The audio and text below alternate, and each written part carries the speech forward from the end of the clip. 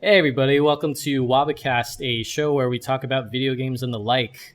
And I have my guest, Greg Polizzi, who is intently focused on his PlayStation Vita playing Persona 3 Portable. Greg, how are you? Huh? What? I said, Greg, how are you? I'm good. Ooh, I found a short bow. That's fun. All right. Tartarus is going away for now. But you don't have to despair, because we will be talking about things Persona related. It's good. But we are particularly going to be speaking about Persona 4, and, you know, it is inevitable to make comparisons to Persona 3, so that will happen. Well, especially because I just finished 4, then finished Dancing All Night. Now I'm going into 3, so that then I can go into Q, Arena Ultimax. This is pretty much all I've got right now, so luckily we chose the right subject. Yeah, I mean, the series is good. It's great. And I've said this to you many times before, but Persona 4 Golden is my favorite game of all time, no questions asked. Yes, that's how I get whenever I talk about this game or even think about it. Do it again. Ooh. Anyway, but yeah, you know, it's a great series. The Persona 4 games have kind of Persona 4 just has spawned its own little island of video games within a series, and it's funny because Persona is a series within the Shin Megami Tensei series. Yeah. But yeah, seems like Atlas has kind of lost their minds with their own spin-offs. It's out of control. But I mean, the good news is they've sort of streamlined it a little bit. They've sort of streamlined the naming when they did PSP remakes of the first 3 Persona games, which does not include Persona 3. It's Persona 2, Innocent Sin, Persona 2, Eternal Punishment. Unfortunately, in the West, we only got one of the Persona 2 games, so it's kind of confusing to play through it. No, well, I actually have Innocent Sin on my Vita, but I was also given the option to purchase Eternal Punishment. So we do have. So one of them, we have both. What we got is the PS1 version of, I believe, Eternal Punishment, if I remember correctly. One of them got a PSP remake where they undid a lot of the botched localizations that they did when the PS1 versions came over to the West. So sort of if you were to use the modern Persona versions of things, you would say the golden version of 1 came over on the PSP. The golden version of 2, Innocent Sin, I believe, came over on the PSP. But Eternal Punishment, again, I might have mixed up the 2 Persona 2 games. That one you have to play the original PS1 westernized version where they changed all the names into Western things. So it's just kind of confusing because there's no continuity. So, you know, so you mean beloved characters suddenly have their names changed from things like Yosuke to things like Michael. So you mean that the 2 versions of Persona 2, so Innocent Sin and Eternal Punishment, they're disjointed. Yeah, for the way that we got them. Right. We only got so the original games were the PS1 versions. We got a remastered version on the PSP for one of them, but it didn't sell well enough here. So we never got the localized version of the second one. So if you want to play through the entire experience, you need to jump back to the PS1 version with all of its weird localizations and issues, because they did enhance the ports to PSP. So, yeah. Because I'm not going to argue anything. But I'm just going to go into what I've experienced with Persona 2, because I love the series. I can't say it enough. And I do feel disingenuous by not having played too much of 1 and 2. So I purchased 2 a while ago. I played it for a few hours and I beat the first boss. And there's some interesting things going on there. Like, for instance, you don't have to outright fight enemies. You can actually talk to them and convince them to not fight you, but you have to. I like that. You have to cater to them in the way that you talk. So, for instance, there's a demon. They're demons in Persona 2, not shadows. but there's a demon that looks very cute and diminutive, and if you want to talk to him, you can either say something that's very commanding, like you're the older brother and you're commanding him to do stuff, or you could be patronizing and say, oh, you're so cute and blah blah blah, but he might not like that you're saying that to him. He might cool. So it's kind of like this particular enemy, it's kind of like a dog doesn't want to hear that you think it's cute or making all these cute noises to it. They need a pack leader. So there are certain enemies in Persona 2 that need that assertive force in order to convince them to do your bidding and stuff. So that's pretty interesting. That's cool. I like that. Other than that, though, I feel like the game hasn't aged well at all. But again, elements like being able to communicate with the demons instead of having to fight them, that'd be something interesting to see in a future Persona game. I don't know if they'll do it for Persona 5 because I don't really know too much about Persona 5, but it'd be cool to see something like that. I mean, I know everything about Persona 5, but I am sworn to secrecy, so I will not give anything away. Well, thank God for that. Yeah. Anyway, guys, so we both played Persona 4 Golden. I played the game last year, so that was around March 2015, and then I just plowed through Persona 3 right afterward, but I was on the PSP version, but I was playing it on Vita. And then Greg more recently got his own Vita and picked up Persona 4 Golden, and he beat it, and now he's playing Persona 3 Portable. But right now we just want to talk about a lot of the things that we really liked and loved about the game, some things that we're more critical towards, and then we'll end the episode by getting into some stuff about Persona 5. And even though we don't know much about that game, but apparently Greg knows everything, but he's sworn to secrecy, we could just talk about stuff that we hope to see in the game and how excited we are. But, I mean, I could talk about it, but then I'd have to utter a secret catchphrase that would then murder anyone who heard it. So I'm doing it for your safety. Don't make me talk about it because I don't want to become a murderer. I wouldn't last in jail. It would be awful. It would just be the worst. What would happen if you went to jail? Oh, I don't know. I'm not cut out for that life, man. In Persona 5, they go to jail. What? Spoilers. I thought you knew that. What? Shut up. Just get on with your questions. Mr. Okay. Host Man. So to start off, we're going to talk about our introduction to Persona 4. So for me, I remember seeing Persona 3 and Persona 4 on PS2 and GameStop on the shelves for pre-owned games. And I thought that the cover art was really cool. I didn't really know anything about the Shin Megami Tensei series at all, and this was also way before I got into JRPGs. My first JRPG was Kingdom Hearts, and this is not a Kingdom Hearts special, so we're not going to get into that. But again, I wasn't really familiar with that genre and the Shin Megami Tensei series for that matter. So I saw those games, and that was probably around 2007 because I think Persona 4 came out around that time. And I just moved on playing other video games. And when I graduated from college in 2012, I was on GameSpot and I saw promo materials for Persona 4 Arena. And this was happening after Marvel vs. Capcom 3 came out. And I got Marvel vs. Capcom 3, and it got me really into 2D fighting games. And I was just eager to start playing other fighting games. And I saw Persona 4 Arena, and I thought that these characters looked really cool. And I was thinking, well, I like fighting games now, so I'm going to try this out. And I remember talking to our friend Marco, and I was asking him, because I was reading reviews, and a lot of the reviews said, it'd be weird to see that Persona 4, a really successful JRPG, is now a fighting game. So I figured I would ask Marco about it because I guess he's an expert on that. I don't know why I asked him.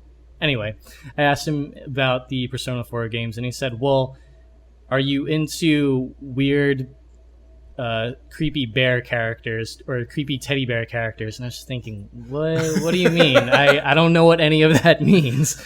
Weird creepy bear characters. Actually, I would like to bring up Persona 4 was not my first Atlas experience because I did play Catherine. You and I both played Catherine when that game came out, and we loved that. Absolutely. Although I thought the judgment at the end was a bit harsh. Yeah, it was a bit weird. It was way more black and white than I would agree with that. That said, it did not diminish a phenomenal game and I really enjoyed playing. And it was awesome to see the anime cutscenes. Yeah. That game was very well put together. Yeah, that was phenomenal, and I always felt like it was always a missed opportunity that the Golden Playhouse didn't become sort of an anthology series. Like, you could release a bunch of different games and have them all take place at that Golden Playhouse concept, and so you'd have the woman with the red hair, Afro style, telling, sitting in front of a TV, telling a story, and then they could all be disconnected, and you could have cameos, and you could have all sorts of other stuff going on. But it was just a great way to tell an individual story, sort of like, you could go into Tales from the Crypt or Goosebumps or things like that, where it's just, you have a host. Elvira actually is a much more literal analogy for her. But, you could have a host that goes, hey, welcome, kids. Tonight our show is about blank. And then you'd go into a unique, like, just one-off game that's bizarre. It's weird. You don't have to worry about it becoming a franchise or anything else. It's just, hey, I want to tell this one fucking weird idea of a game. I want to tell this one story. And you could just roll with it. And I was always kind of disappointed that Atlas never seemed to do it because they set it up perfectly in this game. Mm-hmm. Like, if they set up an imprint of, a Shin Megami Tensei or whatever, that was just the Golden Playhouse, you could absolutely just run whatever weird-ass idea you have. Like a, love triangle set with puzzle platform things. Weird. They could do whatever they want. Right, yeah. Exactly. And it was cool because they had characters, they had a framework. Why not utilize that again and again? Yeah. Just my 2 cents. And I remember when I was reading reviews for Catherine, the reviewers, they would bring up, so some people might know about Atlas's work with the Persona series, and there was the Persona word coming up again. I was just thinking, fuck it, I don't know what Persona is, but Catherine seems really interesting. So then later on, I got Persona 4 Arena, and I liked playing it. I liked I really liked how the characters were designed, and I even tried story mode, and of course, not having any background with the 3 or 4, I didn't know what the hell was going on. But all these characters, they had their own identities, and they had these weird names that were paired with them. So they had these nicknames. So for instance, Chie was this crazy meat-eating carnivore, and I was thinking, sure, she does kung fu and she's a carnivore, I guess. And Yosuke's nickname was the self-loathing prince or something. And but I didn't know what any of those meant. And then they would also have something like Kanji would be the emperor, and Yu Narukami would be the fool. And I was thinking, I don't know what these mean. I don't know what these words mean.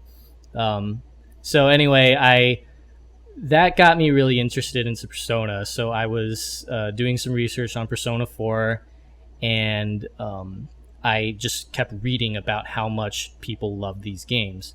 So later on, I bought Persona 4 on PS2 off of Amazon, and I got as far as Yukiko's Castle, but I never beat it. And it was really tough for me because, for one, I didn't know what the spell names were. I didn't know what Zio was. I didn't know what Dia was. So that took some getting used to. And not being able to save your progress throughout the dungeons, and if you died, you'd have to start off at your last save point. That was really tough for me. And I was also interning in the city, and the commute was just really tough for me, so I couldn't really find more than 20 minutes to play this game. So for a while, I just put it down because I was thinking, there's going to be a time for me to play this, and right now it apparently isn't. So I was pretty bummed out by that. But that didn't stop me from just throwing more money at the series, even though I didn't beat 4, because later on I bought 3 FES on the PlayStation Network, and I just had it, and I made the same amount of progress, but again, because I couldn't devote more than 20 minutes to sitting with it, I just quit, and I ended up being bummed out again. But then 2015 arrives. Ooh. And I finally bought a Vita. I pulled the trigger on getting the Vita, and it was inspired by you because you got the coveted Majora's Mask new 3DS XL, right? Yeah. So you got that, and of course, my reaction is, I want something nice. Steal the spotlight, quick. Well, it wasn't to steal the spotlight. It was just, I want something you. nice. Yeah. Greg treated himself, so maybe I should treat myself. And the thing is, you and I, for a very long time, we were just kind of thinking, oh man, the Vita. Yeah, I remember talking about it for ages. Yeah. Being like, I want to get it. It's going to be so cool. I just can't justify the expense right now. Yeah. And then, so I finally, pulled the trigger on the 3DS because it was like, all right, every one of my friends has a 3DS. I'll be able to join in on discussions about games, and I'll be able to play shit multiplayer, and it'll be great. So I finally did that, and then Chris gets a Vita, followed immediately by Phil, and I was like, damn it, I just joined this one group, and now they're But no, it was great, and they're both phenomenal systems, and I gotta say, between the two of them, they take up far more of my time than any home console does right now, because I don't play as many AAA games anymore. So for the most part, I'm playing on the go. I'm playing, in bursts on breaks at work, or, in the car on the way to wherever the hell I'm going. I'll end up playing on the train, whatever it is. But it's like I throw on some headphones and I'm just in this other world experiencing a narrative of some kind. Or, I'm platforming and just jumping around and going nuts. But it's amazing how much physical buttons do for you when compared to things like just a touchscreen, like a cell phone. Same game on both systems, there's just no comparison in terms of absolutely actually being able to play the game and, enjoying the experience of it, as opposed to, oh man, here's a virtual representation of the buttons that you wish you had, but we don't sell for phones. So. Yeah. I remember before I got the Vita, though, because I was just... I only wanted the Vita for Persona 4 Golden, and I just remember trying to rationalize why I should get it or why I shouldn't, and there was always this thing where I was just kind of like, am I really just going to drop a buttload of money just so I could play one game? And then I was thinking, well, it's a really good game, and I'm sure that there's other games that I'm going to be into, which is true, but if I could do it all over again, I would absolutely buy a Vita just to have Persona 4 Golden. If I could only choose one game to ever play for the rest of my life, I would probably choose Golden. I don't know if you would go that far, but for me, I'm comfortable with that, and I would never go back. I mean, I think I would cheat and say I would play D&D for the rest of my life, because D&D is never the same and it's always evolving. True. So it's an emergent game. I was going to say, it is absolutely a cheat, but it is absolutely my answer if I could only play one more game forever.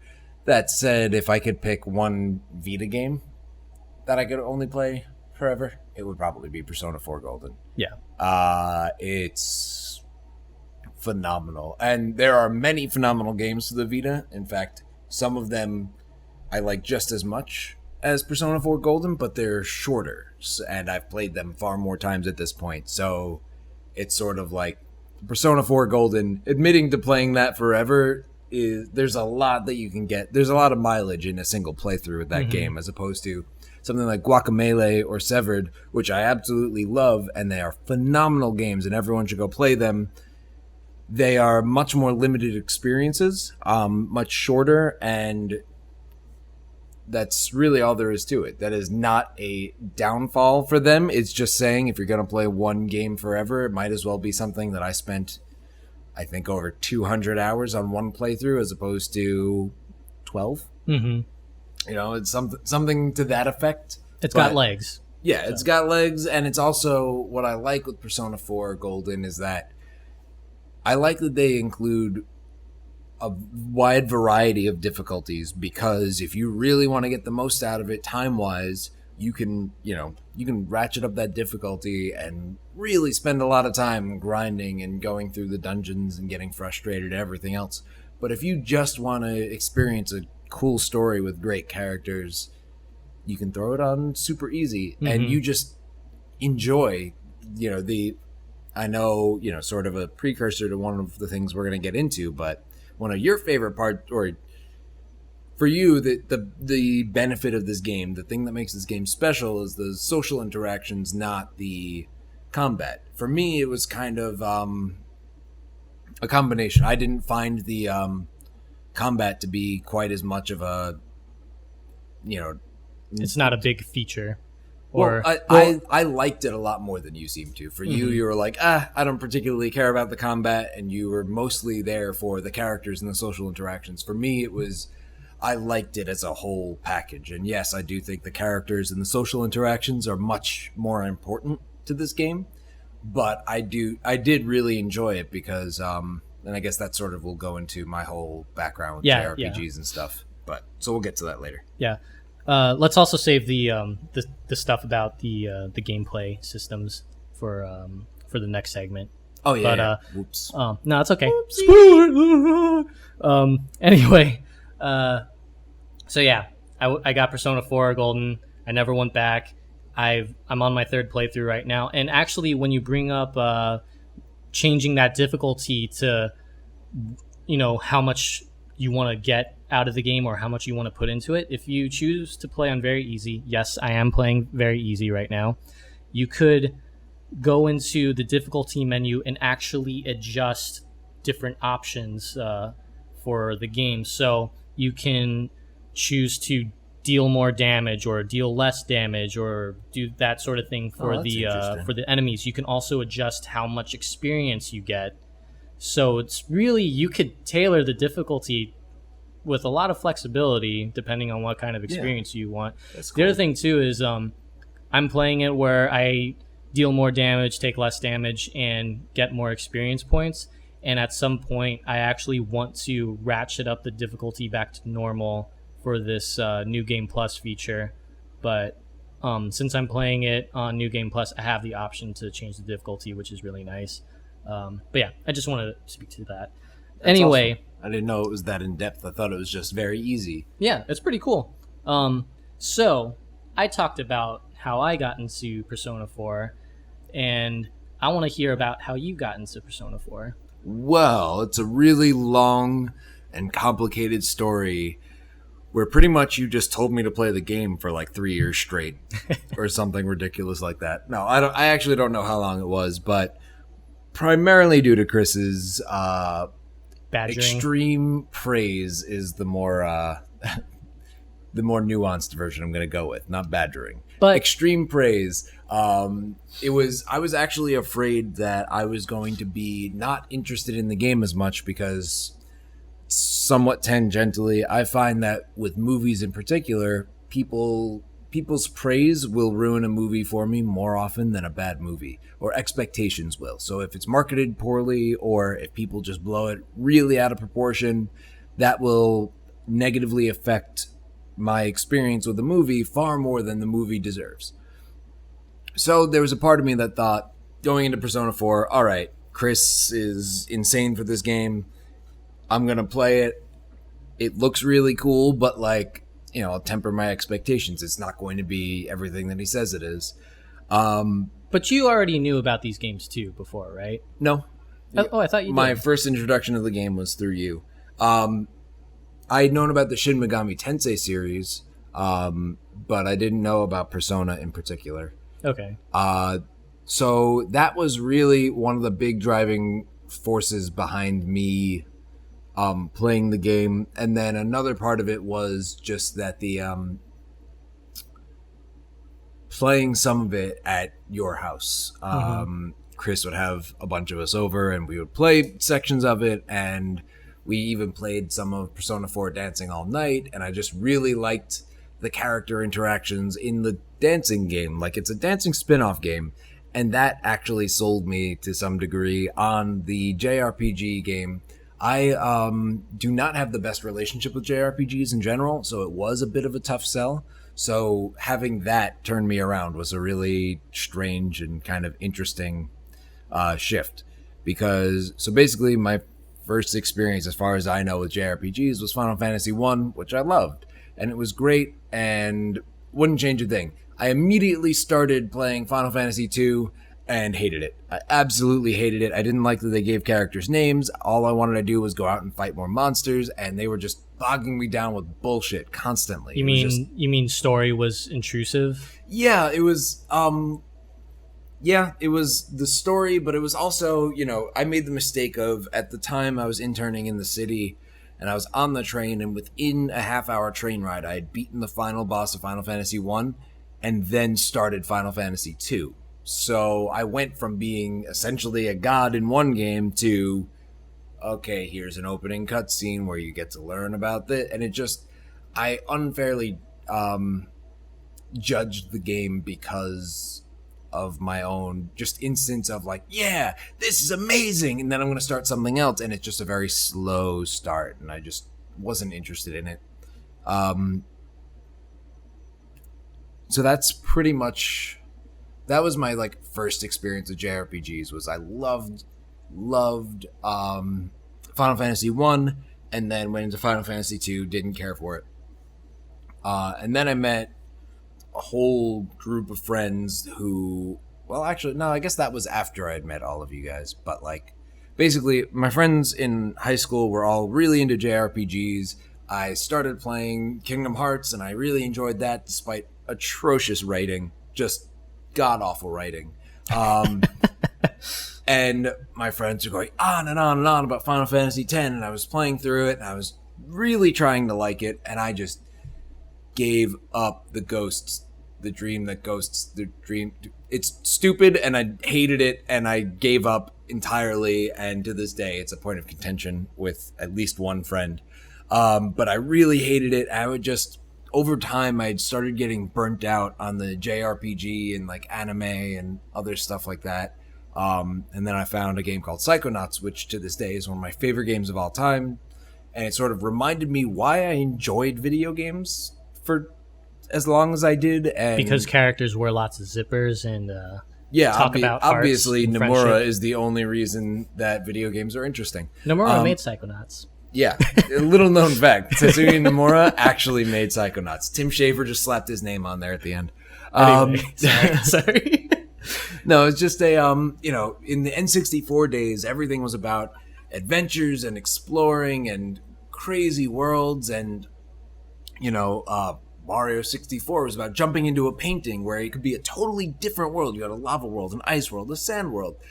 And... it was all connected in this sort of hub world, and Banjo-Kazooie was just madness, pure unadulterated madness. And that was... Exactly. And that was something that I forgot about in the PS2 days of video games. I loved the Jak and Daxter series. I loved the Devil May Cry series. And then, I got sucked... In a big way, I got sucked into the whole... JRPG, Japanese influenced games as opposed to Western games, like Shadow of the Colossus. I absolutely love. It's still one of my favorite games. And then when I found Psychonauts was a game that I had read many, many times. It's like, oh, this is one of the top 5 games you've never played. So I randomly found it in a GameStop used, and I was like, oh, I'm buying this. And I bought it, and I didn't stop playing it till I had beaten it.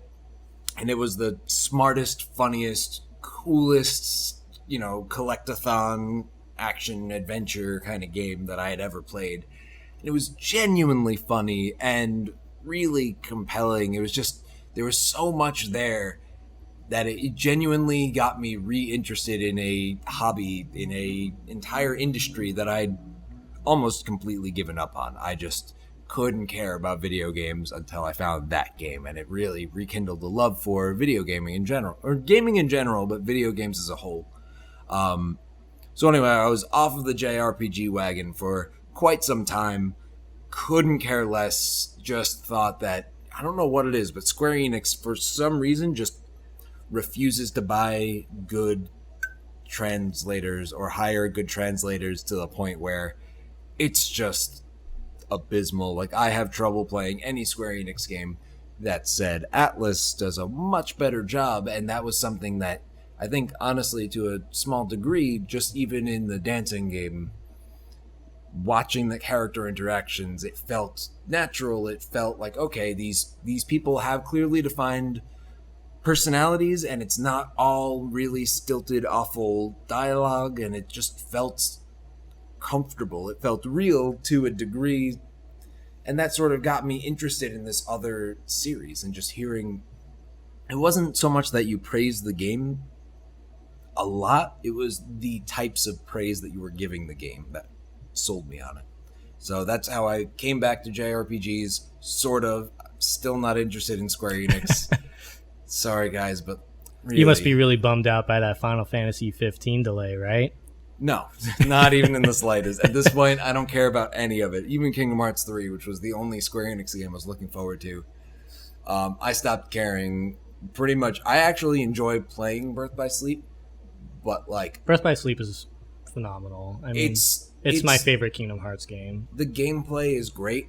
There is no reason for Ventus to exist. All of the voice acting and everything else is... It's all just... It's stupid. If they just hire new writers, please, it hurts me. You know what? I'm gonna replay it because I want to replay Birth by Sleep definitely, but I do want to replay the Kingdom Hearts series just so I could reevaluate where I stand, because I do agree with the abysmal storytelling and writing, but I just remember loving to play those games. Oh yeah, and I was recently playing the HD version of the first game, and it's great. I still love the actual gameplay of the game.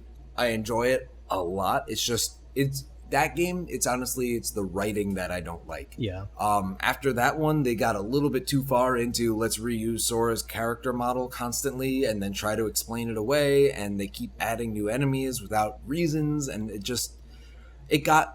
That is a series where I liked 2. 2 might have been my favorite overall. Birth by Sleep, I think, had the best combat, but 2 was probably my favorite because Birth by Sleep goes too far into the everyone looks like Sora, but there's reasons, except not, and this guy looks like someone else. Why? Reasons, and it's stupid, and I don't like it. It's okay. You know, we will have a lot of time to discuss Kingdom Hearts because I'm actually planning a huge Kingdom Hearts episode when we get our gigantic group of friends to be involved. But I mean, there's going to be so much yelling. Oh yeah, well that's why I'm only going to limit it to 3 people. So, okay. So even though it's not going to be the gigantic group, but we'll talk about that. But anyway, though, Persona 4 was a huge moment for me as a gamer because it kind of showed me It's a soda. It's one of those sparkling sodas from Starbucks, the fizzy ones. And it tastes a lot like wheat. It's bread in a bottle. Exactly. But anyway, Persona 4 showed me what JRPGs could do outside of the template that Final Fantasy or Kingdom Hearts have set up. And it actually got me way more interested in the genre because when Square Enix had a PlayStation flash sale or whatever, I bought 1 million JRPGs. I bought Final Fantasy VI, which I hear a lot of people will dispute whether 6 or 7 is the best Final Fantasy game, and I want to play it eventually. I bought Suikoden. I heard that Suikoden is a really amazing game. I think I picked up Chrono Trigger. Nice.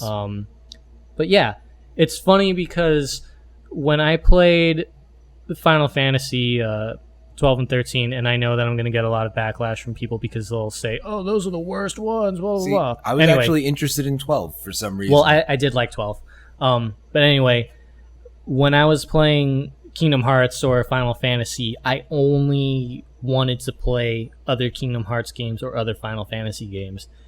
And with Persona 4, it kind of was just like, oh, there are other JRPGs that exist outside of Square Enix's staple, you know? I can experience what other games have to offer, you know? So that's definitely something that I really appreciate Persona 4 for.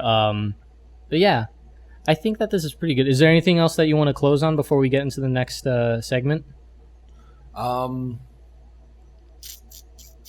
I guess, all right, so sort of to mitigate the backlash of my ranting and raving about Square Enix, I did start getting into Square Enix again. In fact, one of the few fighting games that I really, really enjoyed was Dissidia, the first one. I never played the second one, but I love that game. And on one of those similar flash sales, I actually bought Final Fantasy 6 and 8, which I plan on playing on my Vita as well. And it's definitely something that Persona brought me back to JRPGs in some way, but it's also, Final Fantasy, every now and then something will pique my interest. And in a very strange twist, I've noticed it's only the even number Final Fantasies. 6, 8, 10, which I ended up hating, but I was interested in 10, 12, and that's it, actually. I've not been interested in 14, not really interested in 15, but those ones have all sort of, for whatever reason, I think it might just be the design influences, but those all piqued my interest, and it's really like Atlas and P Studio, I believe, are the ones who developed Persona 4. They're sort of the ones that got me back to a series that I hated on its own merits. These guys have now given me a reason to sort of revisit it. So it's been a very interesting ride, my dealings with Square Enix, but Persona has been somewhat of the vehicle that's been like, all right, hold on here. You're getting a little hot-headed. Let's give it another shot. Let's bring you back a little bit. Yeah, it's actually kind of like Atlas is the shot in the arm that Square Enix needs. Which is hilarious because they were both going head-to-head with 15 and Persona 5. Oh, yeah, because they were both releasing... So, just for people that don't know, Final Fantasy 15 was originally slated to release, I believe, worldwide, and I could be wrong, but I think it was supposed to come out September 30th. Hold on. Originally, it was supposed to come out about 6 years ago. Okay. Well, that was when it was Versus 13. All right. All right, fair enough. Touche. I mean, it doesn't matter. What's 2 more months? But so what's 15. Another shitty game in a stable. So we'll get into that in another episode. I'm sorry. So Final Fantasy 15 was supposed to come out September 30th, and Atlas was just kind of like, they pulled the Marvel DC move by just saying, "Oh, you guys are we hear that you're dropping Final Fantasy 15 September 30th. Well, it just so happens that we're gonna release in Japan on September 15th." You know what that was? That was a zip. Right on the table, folks. Seriously. And what's phenomenal is I don't remember where I read it, so I can't cite a source. But apparently when Final Fantasy 15 got pushed back by 2 months, pre-orders for Persona 5 went up. All right, I have to look into that. But it might be because look it people up, are kids. just Let us know if it's wrong. Like, share, and subscribe. It could be because people who are waiting for 15 are just like, all right, well, this 2-month gap has just been opened up, and so I'm gonna go play Persona 5. I'm sure that's what it. I'm sure it's not something nearly as antagonistic or malevolent as I like to imagine. But no, I'm sure it is just because honestly, like our group of friends, thanks to your, evangelical campaign, has become a group that was only cared about Square Enix, but now cares about both pretty phenomenally. So it's definitely a group where you're going to play both games. It's not one or the other. And I mean, that's sort of the world that we live in now, even is, excuse me. In movies you have box office battles for weekends and stuff like that. And you sort of have to have that initial push, like Overwatch completely decimated Battleborn. No one talks about Battleborn. No one cares about Battleborn. Everyone's obsessed with Overwatch. But at the same time, you could easily, like, a year from now, we could be talking about Battleborn as the game that, oh my god, no one appreciated, but it's actually phenomenal. And, we live in a world where you could even say, I think I bought a game that day. And we don't know because people have these huge libraries. And because it's not physical, because it's, things like Steam accounts or PSN accounts, you can have sleeper hits that eventually get huge. I mean, even so, again, one of my favorite games, Psychonauts, it had such a limited physical release that when it went digital and they became released on every platform, it sold so many times since then, because we live in this world where, things can go on sale for a couple bucks. People will pick it up, give it a shot one day, and boom, you have a sleeper hit. You have, a Rocky Horror Picture Show, which really only became big once it was doing like midnight theaters as like, a cult classic kind of thing. It was a midnight theater showing and became a cult classic. But I don't know. I think it's an exciting time to release a game, even if you're not doing even if that initial push maybe falters, maybe doesn't do exactly what you wanted to, you can make it up later down the line. But it is really hard, especially if you had a really big campaign that then fell apart, like Arkham Knight on PC. That's really hard to recover from. But something like Battleborn could definitely get appreciated way down the line, and that game could make them loads of cash. And if you have a good developer or publisher who will listen, they'll see, maybe, I mean, in general, the initial sales are so important to a video game release's success. But if you have a good publisher or a good developer that is paying attention, later on they'll say, okay, it wasn't so hot the first time around, but now it's starting to pick up. So we should really we should give this another shot, Yeah. I mean, I don't like the trend that's somewhat been happening where people will, like developers will say, okay, go on Kickstarter, get people to donate money, and then the publisher we'll back you. Jumps in. Yeah. I don't mind if it's like we can only do X amount of time or time. See, you did a little thingy. I know, I'm rambling. You did the thingy, but now I said time instead of money. But time is money, so I was right. So we only can do X amount. It's okay. You can groan on the podcast. I'm not groaning. I'm just thinking, wow, it happened. The time and money thing. Anyway, continue, and then okay. we gotta keep going though. I can understand if a publisher is like, we only have X amount of money to give you. We need, you need to raise the other money yourself. Fine, I get it. Being upfront about that is super important. But where was that thought going? I derailed it. Point being that you can. I don't know. I don't remember. All right, I botched it. Just do the outro, please, for the love of God. All right. Well, anyway, I would like to say, just to round out the Square Enix Atlas discussion, we have these two.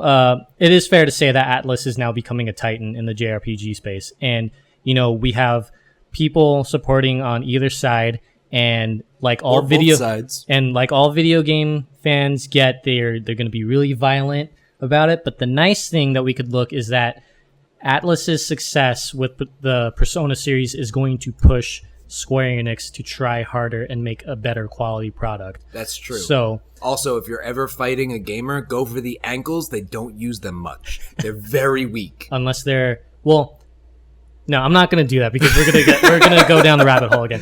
Anyway, so that is our experience of getting into Persona. Stay tuned for the next segment. We're going to be discussing the things that we like, dislike, and love about Persona 4 Golden, and have some sprinklings of experiences with Persona 3 and making comparisons. Greg hasn't beaten Persona 3, but I'm sure that comparisons will come up. So we'll see you guys in a bit, and thanks for sticking around.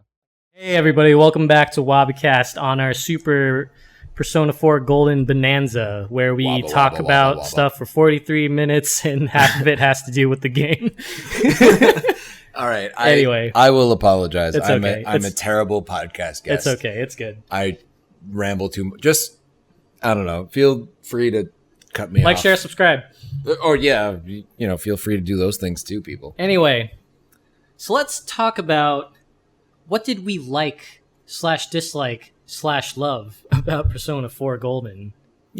Let's start with the likes and intersperse some dislikes in there, and then we'll talk about love. But in seriousness, we'll probably structure it that way. Anyway, the first thing that I see on my list is themes.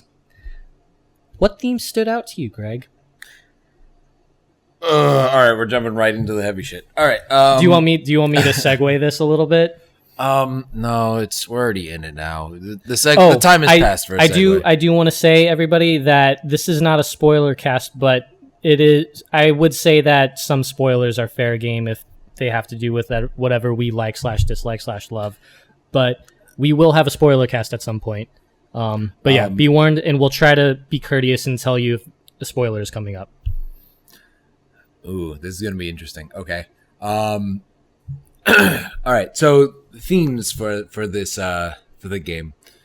So I guess spoilers if you really know nothing about it, but so one of the big themes is about perception, it's about truth, it's about figuring out who you are. And so one of the things that I really liked, see, now this goes into love. Should we wait? Yes. All right, we're going to wait. Then never mind, people. We're going to go right back to something that we liked, which I liked, that I could fight bad guys. Okay. Then I will counter with my argument of saying I disliked fighting bad guys. And it's not that I disliked combat. Are you pro bad guy? I'm having an existential crisis right now. Maybe I need to face my shadow. Anyway, so you like combat. I enjoyed the combat, yeah. I did like getting into the fights. What I did not like was dungeon crawling. Dungeon crawling was a thing that was very detrimental to my Persona 4 experience. Also Persona 3. We'll get into that later on. For me, dungeon crawling was getting in the way of what I thought really mattered about these games. And this is just me personally. I think that the combat was really good. I liked the whole one more system. I liked the all-out attack. All-out attack system. That was really cool. It was just, these dungeons were just really monotonous. There wasn't really anything that was changing about them. And it always felt like I was just going down a hallway, There weren't too many points where there were branching paths, or when one path that you took would actually lead to, kind of creating this circle effect. I mean, I will say that that is something we can just do some comparisons now, but something that I actually preferred so far. I'm still pretty early, very early in Persona 3 Portable, but one of the things that I prefer about it is they call it the Labyrinth. They talk about it, Tartarus. Mm-hmm. And it does feel more labyrinthian. It feels much more like, ooh, I need to actually explore, as opposed to hallway, which is a lot of what Persona 4 had. So I will say I actually prefer that about 3. That said, there were some dungeons towards the end of the game. I actually found that I liked the dungeons a bit more. Okay. In 4, though. In 4. Okay. Yeah, in 4. The reason why I feel like the dungeons were really repetitive, though, was the hallway simulation was really grating on me, and it kind of just felt like it was a backdrop or a color swap every time you went to a new dungeon. Yeah. I do have to say, though, that the Hollow Forest is what it's called. Is that what it is? It's called. Okay, Hollow Forest was really great. Playing it on normal, there's a big distinguishing thing about that. Playing it on normal was really cool. For those of you who don't know, in Hollow Forest, it's very labyrinthian, like you said in Persona 3. Yeah. There's also really interesting mechanics that are going on. For instance, all of your items get taken away. Your inventory is emptied. Each time you fight an enemy, every time you complete a battle, you don't gain any SP or HP back, even if actually no, you do. I can't remember. Well, fuck it. Anyway, you're gaining items and equipment throughout that dungeon, which is pretty cool. The other thing too is that if you were to open up a door anytime in the dungeon, you could either just go through it, or it would actually trigger a surprise attack from an enemy, which I thought was pretty interesting. I was going to say, the Hollow Forest is probably the most successful dungeon in the game. As a pure dungeon, not just a Like, okay, all of the different areas, and I'm trying not to name them because I don't want to have any spoilers going on. All of the other ones, like you said, are very much like, okay, so they're corridors and they're, different skins and things like that. What I liked about it was that it felt to me, excuse me, like there was actually, what I liked about it was that you got into the mindset of the place that you were going. You felt like you were going through that place. Like there is a sauna at one point, there's a castle at one point, there's a strip club. You go through all of those areas and you do feel like there's a part of me that thinks if the dungeons were too easy or shorter or anything like that, you wouldn't get the feeling of, okay, I've been in this area for so long. Like I remember feeling like in the sauna in particular, like, okay, I'm ready to leave the sauna. Like, it's, damp, it's moist, it's in your chest kind of thing. It's, I don't know. There was something about it that I actually liked, but I don't think it was that if they had done it differently, you wouldn't get that. I think it was just that it worked, even though it was essentially hallways the whole time. But I do think the Hollow Forest in particular was very, very effective. That was definitely my favorite dungeon of the whole thing. And if you don't know what the Hollow Forest is, it's probably because you played Persona 2, Persona 4 on the PS2, not Persona 4 Golden, in which case you should go play Golden. Buy a Vita, buy Persona 4 Golden, play it, love it, live it. All of those. Yeah. That's interesting that you got that feeling from, your sauna example where you're ready to go because it feels like you are in a sauna. Yeah. How did that happen? Because I didn't really, for me, when I play video games, I don't really feel like I'm in the level. Yeah. It's kind of just like, it's still, I still feel removed from that, but can you describe that feeling?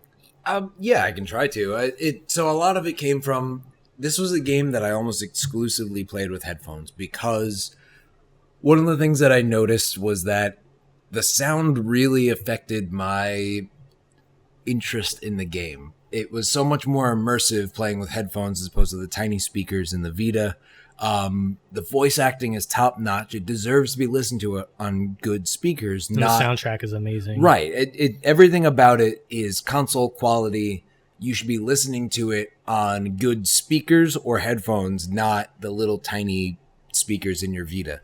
So that was the first thing. And secondly, I think, so in the Shadow world, there is a sort of like CRT effect going on the screen where you see scan lines and stuff. And I love it. It's phenomenal.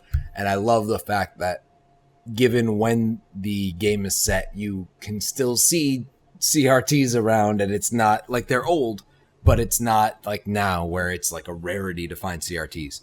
But so I think the fact that it was a sauna and it's supposed to be foggy, it helped having those scan lines sort of obscuring your vision a little bit. So I think that was part of it. Like in the other areas, it was like, okay, right, it's the TV world effect, whatever. But in that one, it actually played with the world that it was supposed to be. And then it was also, I thought the music for that one particularly worked and felt always muffled. Like it was not playing in the room you were in. It was always somewhere just outside of the walls. And I don't know, just that one in particular, I remember having that feeling. I feel like maybe that might have been the last time that I was properly leveled for a dungeon, and after that I got just very, I feel like I breezed through most of the dungeons after that, pretty much up until the Hollow Forest. But even so, it was just very much I guess that one, for some reason, the monotonous areas and things like that didn't feel like, okay, this is just a bunch of areas, like, whatever, I'm going through it. And it felt more like I'm running through a place trying to find my friend and I can't find him anywhere kind of thing. Like, I don't know why, but I feel like that one worked in particular. And it might just be that the haze also added, like, helped distracting from the fact that it was so empty. You have a few shadows here and there, but otherwise it's an empty area. In a big castle, you notice that, like, there's no ceiling, it's super tall walls, and there's nothing in front of you.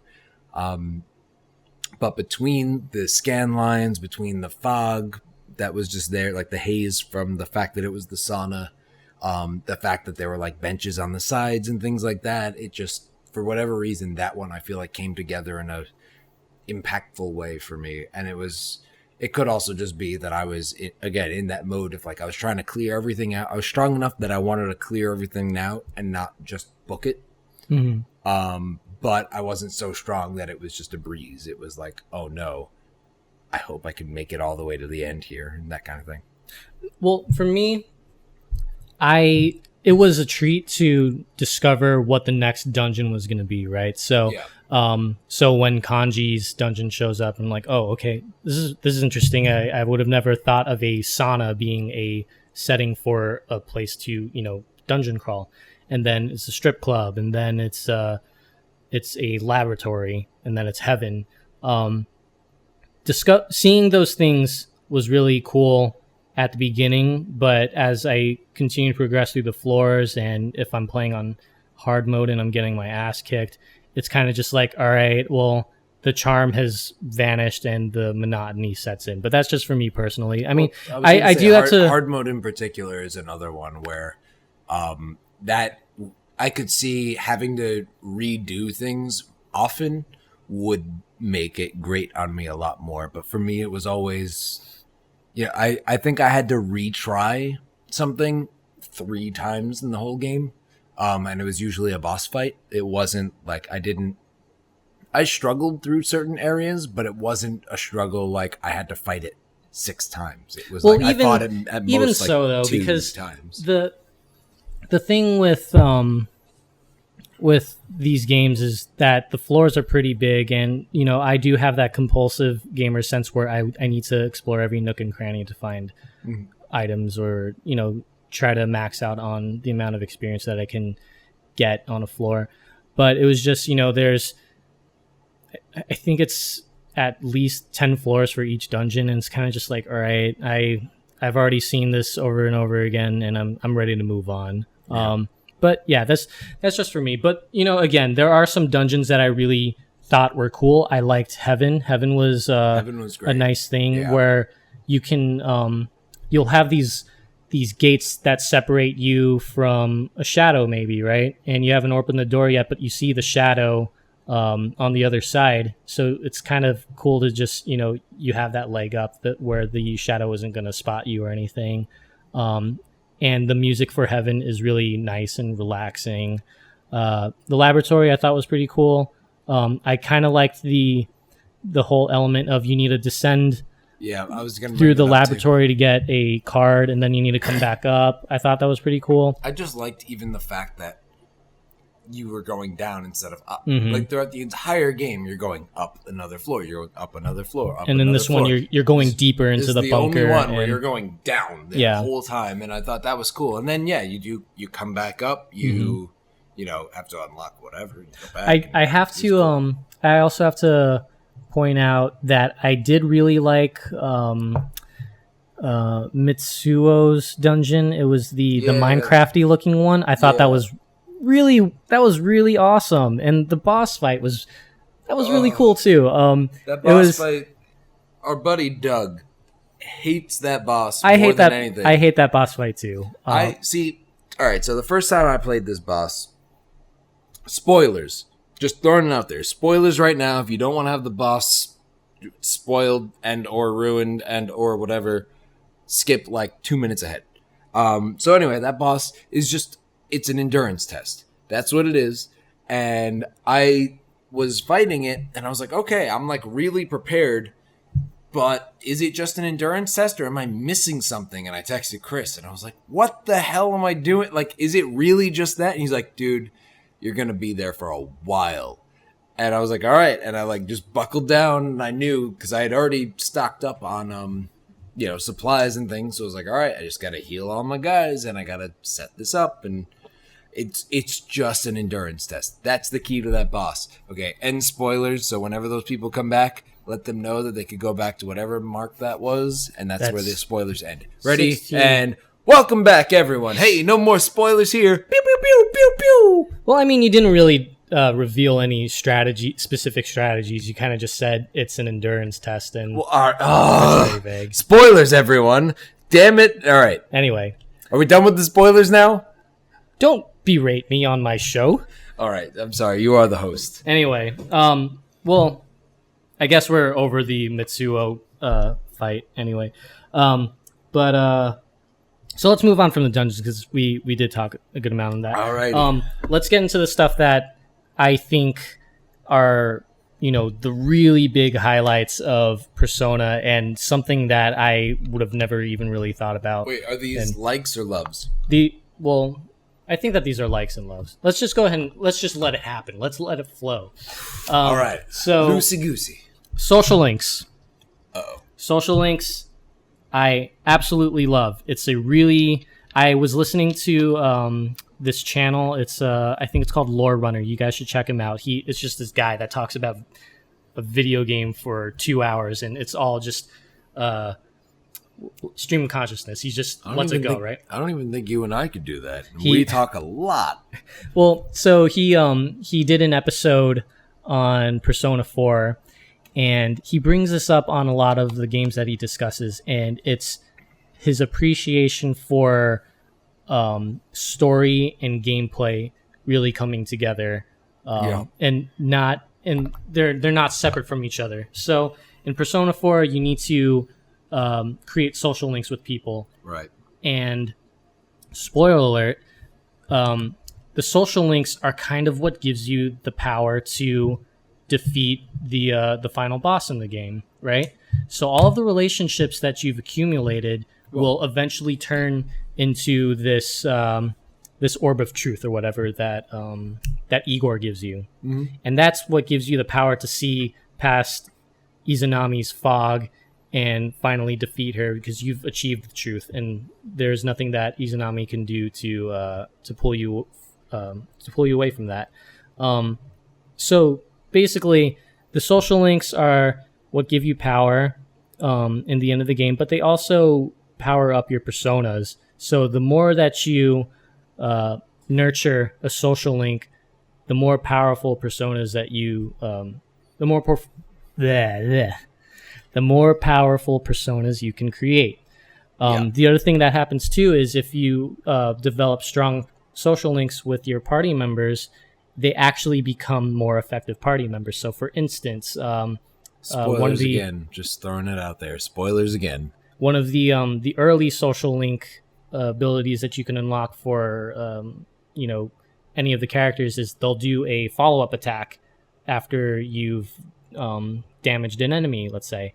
Another one that you could do is that if you've developed your social link even further, that character can support another character or you if you ever get downed or if you ever have a status ailment. And then this is super spoilery. If you max out a social link, that for a party member, that party member's persona is going to evolve and turn into something much more powerful than when it first started. And you can do that again. Yeah, and you could do that a second time in Persona 4 Golden. In Persona 4 2, you weren't able to have two evolutions, but in this one, Persona 4 just regular, not Persona 4 2. Persona 4 PS2. I did that too earlier. I don't know why. Persona 2, yeah. But in Persona 4 on PS2, you can only have your party members' personas evolve once. And in Persona 4 Golden, you can, after you've maxed out your social link with a party member, they're just going to come up to you one day and say, "Hey, do you want to hang out?" And you'll be thinking, "Why are you coming up to me? Because we're done. We're done doing this." And we're best friends. I don't want to ever talk to you again. And then if you do meet up with them, it plays another cutscene, and then their persona jumps up to the next level, and that is just an awesome. Yeah, it's so cool to see that happen because you're thinking, "What? It's happening again? I thought that we've we're done doing this. You know, there's something funny. On Redbubble, there's a T-shirt that says "Max is out. Social link with you. Never hangs out with you again." Right, because that's exactly what happens. Because although once you I didn't do that, out, I didn't do that with Yukiko. Because even though, all right, yeah. So with your girl, Chris, his girlfriend's Yukiko, forever and for always.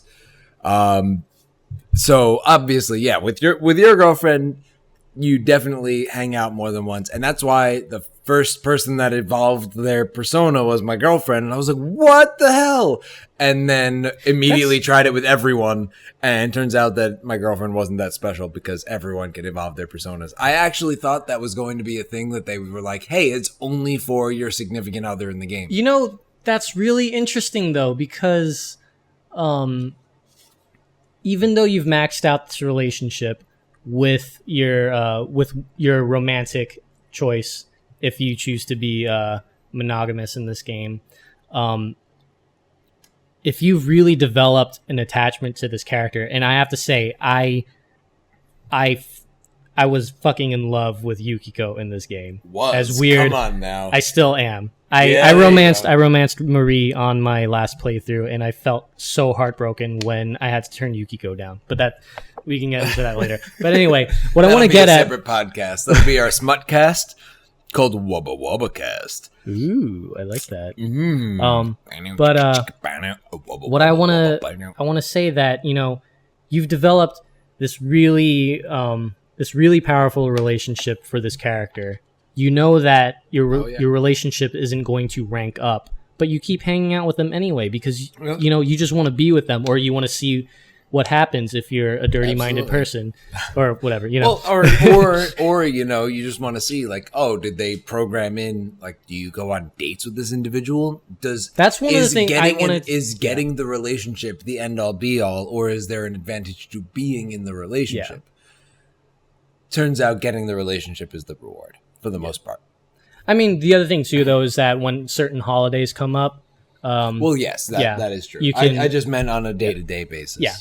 But it's interesting that, you know, when you develop this relationship, you're so devoted to this character that you just want to hang out with them all the time. And then when the moment comes where they can jump up the next level, it's like, oh wow, you know, it's worth it to just keep hanging out with these people. Yeah. And like you said, you know, I find it interesting that you thought that only your significant other, Naoto, was... well, spoilers. God, you were terrible at this. You know, fuck it. You're throwing a word spoiler around way too much. All right, fine. But anyway, you know, so you hung out with Naoto, and you thought that she was really special because her persona jumped up, but then you discovered that everybody else can do it. Well, I thought it was just it was like, hey... for your relationship, and then I even thought, you know, I kind of knew if you slut it up and romance absolutely everyone, there are repercussions, real repercussions, but there are some, and I was like, oh, maybe it's like a reward for being monogamous. Like if you have this, you know, really special bond with only this one person, you level up this bond even further. I was like, cool, and then it turns out if you hang out with all of your party members one more time, you do actually level that up as well. And that's awesome, and I enjoyed it a lot, but I do sort of wish that there was something special gameplay-wise that was given to you for your significant other. I have a question. Yeah. So when you beat the game... Yeah. This is spoiler territory. Like very much so. So stop listening for a while. When you beat the game, and you get on the train, and all of your friends are there, and the train leaves, and it's fucking man, I was so sad to leave. Right. I have never felt emotions like this for a video game in my entire life until Persona 4. But hold on. Yeah. Okay. So when you get on the train, you leave. And your friends are running after you to say goodbye because they don't want to let you go. Did any of them say I love you to you? I don't remember. I feel like they did, but I don't remember a particular one. Okay. I was so angry because you is just like totally straight faced the whole time. I'm like, fucker, have a reaction, dude. So these are your. Oh, and I'm like, damn. I was so angry about him that I might not have noticed. Okay.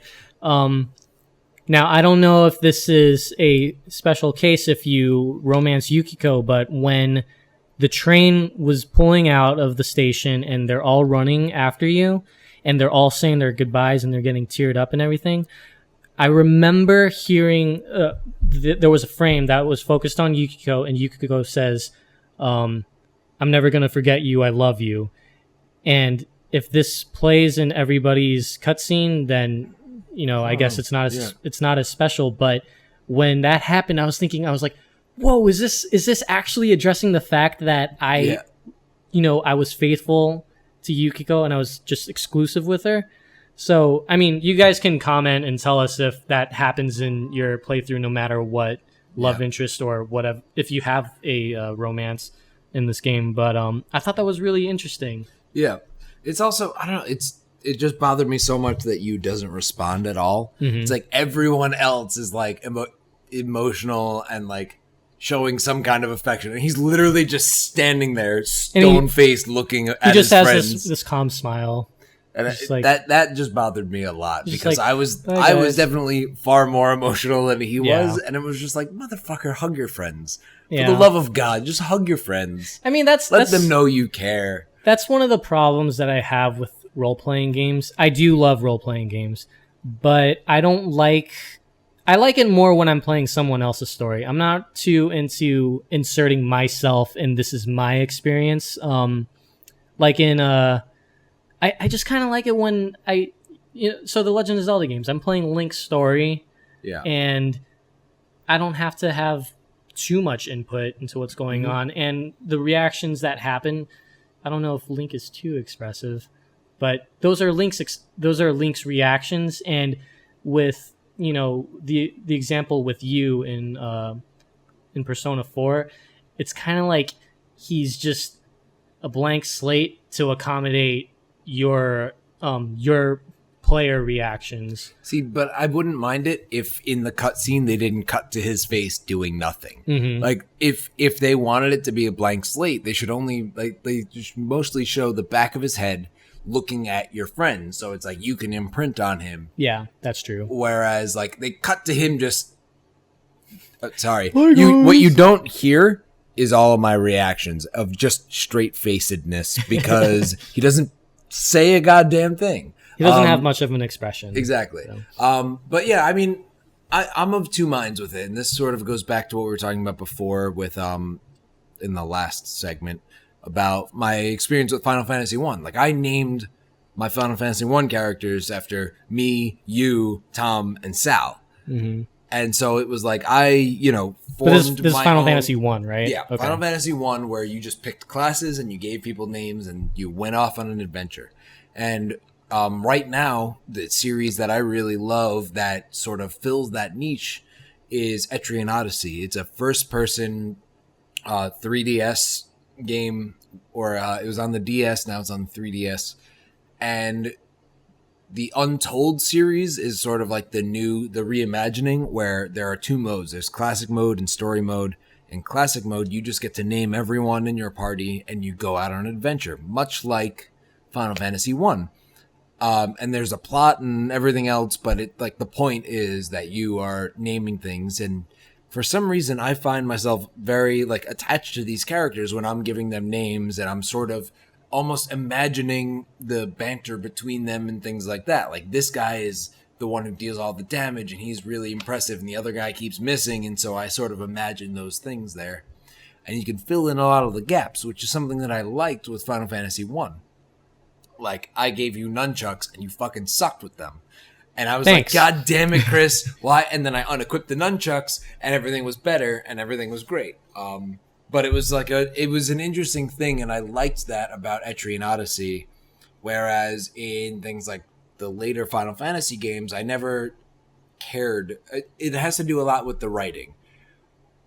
And it's one of the reasons why I don't care as much about the later Final Fantasy games, is because the poor writing makes me disinterested in the characters and the story and everything. Whereas if you just set me on a basic fantasy okay, you got to go save the kingdom, but you let me name everyone and you let me sort of imprint and have these interactions on my own. That allows me to fill in what isn't there.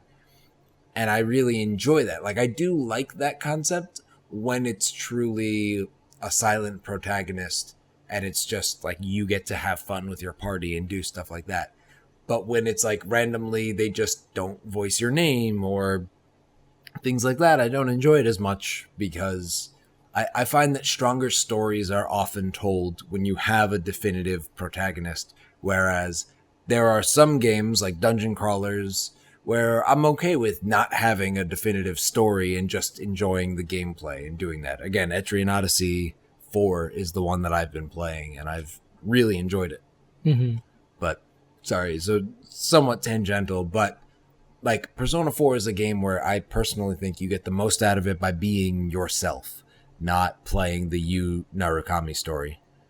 But then there's that weird example where it's like, oh, all of Yu's reactions are not what I want to react as.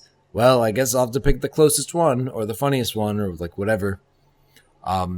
Which was somewhat of a problem in this game, I found. It didn't happen often, but there were some occasions where I found that like I would not have handled it this way.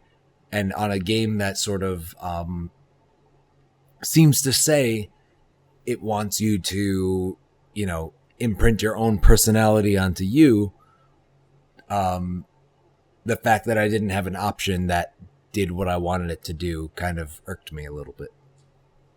Again, it's not a glaring flaw, because for the vast majority of the game it wasn't important, but there were some moments, and occasionally it was a key moment where I really sort of was bummed out by the fact that it's not you. You are no longer. Exactly. I couldn't give my voice to the character at that point. Yeah. I mean, yeah, that's one of the things too, where it's kind of just like a lot of these dialogue options I could answer any way that I want to, that is specific to me. But a lot of the time I felt like I was playing Yu's story. And I think it's also just because the story of the game is so it's so structured. It's so definitely. It's handcrafted, where I'm kind of just thinking, you know, this is a story that's very specific to somebody or a group of people. And the thing is, you know, I kind of find it in some good ways too, because I don't think of these characters as, you know, avatars or, you know, just things that were created by other people. I just think of them as, these are people. These are their stories. This is Yu's story. For some strange reason, I'm being inserted into his role, and I kind of just, you know, I'm gonna play it out to see, you know, what I think you would do. But that's just me, and I do agree with, you know, the values of having yourself be the character in the game, where you are role playing it. See, like, so going into spoiler territory again, one of the things that I found was, especially in the beginning of the game, I felt the game wanted you to choose Yukiko as your romance option. And later game, it seemed to bounce between you should choose Yukiko and you should choose Rise. Excuse me. I'm burping. That's why I keep saying excuse me, but I'm realizing you're not hearing that. Anyway, thing is, I was not interested in romancing either of them. Obviously, I'm not going to romance Chris's girlfriend. And Rise, while is a fascinating character and one that I associate with far more than I should on a surface glance. I mean, you rock the cute Japanese idol. Well, yeah, but I mean, pigtails. that is true. And our voices are remarkably similar. Sorry. No, it's quite all right. But for the most part, I wasn't interested in romancing either one of them. What I was most interested in, like the two characters that I was fascinated with and interested in as far as romancing goes, again, all sorts of spoilers, but whatever, were Naoto and Marie.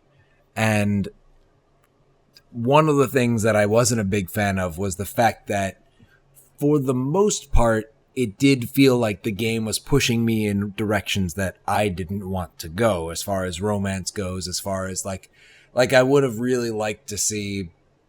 Rise is really flirtatious throughout the entire game. I would have loved to see at some point them address the fact that I have chosen a girlfriend and it is not her, kind of thing. And they never do.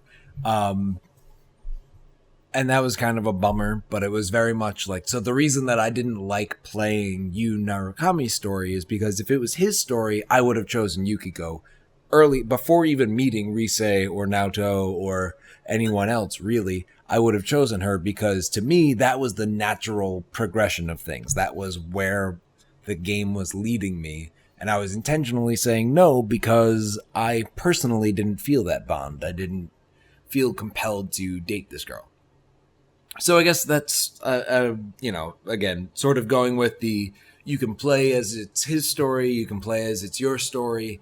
You do get a lot out of it either which way. But that was just, you're getting two different perspectives now. You're getting Chris's perspective where he was able to play it as a character's story, and you got my perspective where you tried yeah. But at the same time, I didn't really want to because I was more interested in other characters. So I tried to play it as close to me as I could, which, if we can sort of segue into things that we disliked, which I've sort of been doing this whole time, but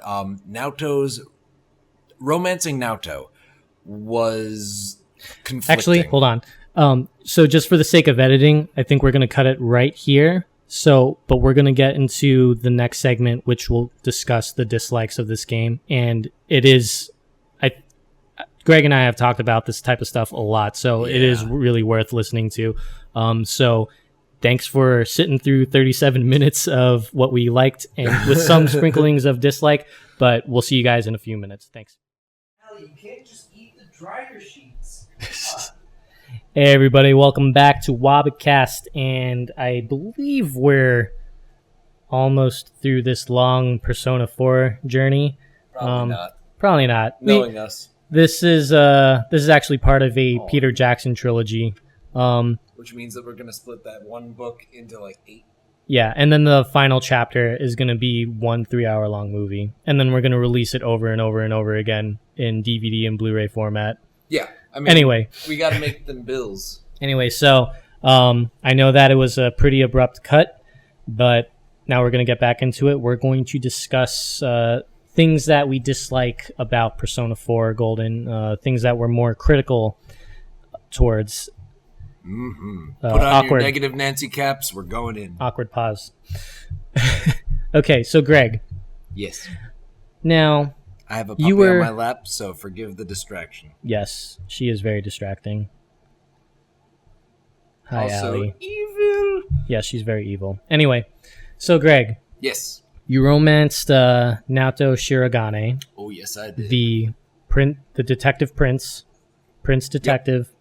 One of the two. Detective Prince. Detective Prince. Heirs to the Shirogane name. Yeah. Now, there was a moment in the game where you were ranking up the social link with her. Yes. And you hit this very, very, I wouldn't say jarring, but it kind of took you out. It was jarring, I'll say that. Okay. So, first of all, romancing Naoto is difficult. You screw it up a bunch just because they made it complicated. First off, you need to have max courage and max knowledge in order to even interact with her, right? Right. Yeah, you need that. So that's, I mean, at that point in the game, that wasn't an issue for me. Yeah. But, all right, so I'll give a little bit of backstory, which you are my source on this, so hopefully you got your information correct. Okay. But apparently they had gay relationships as an option programmed into this game and then removed it at the last minute before release. I don't know if that was the original or just the golden version. I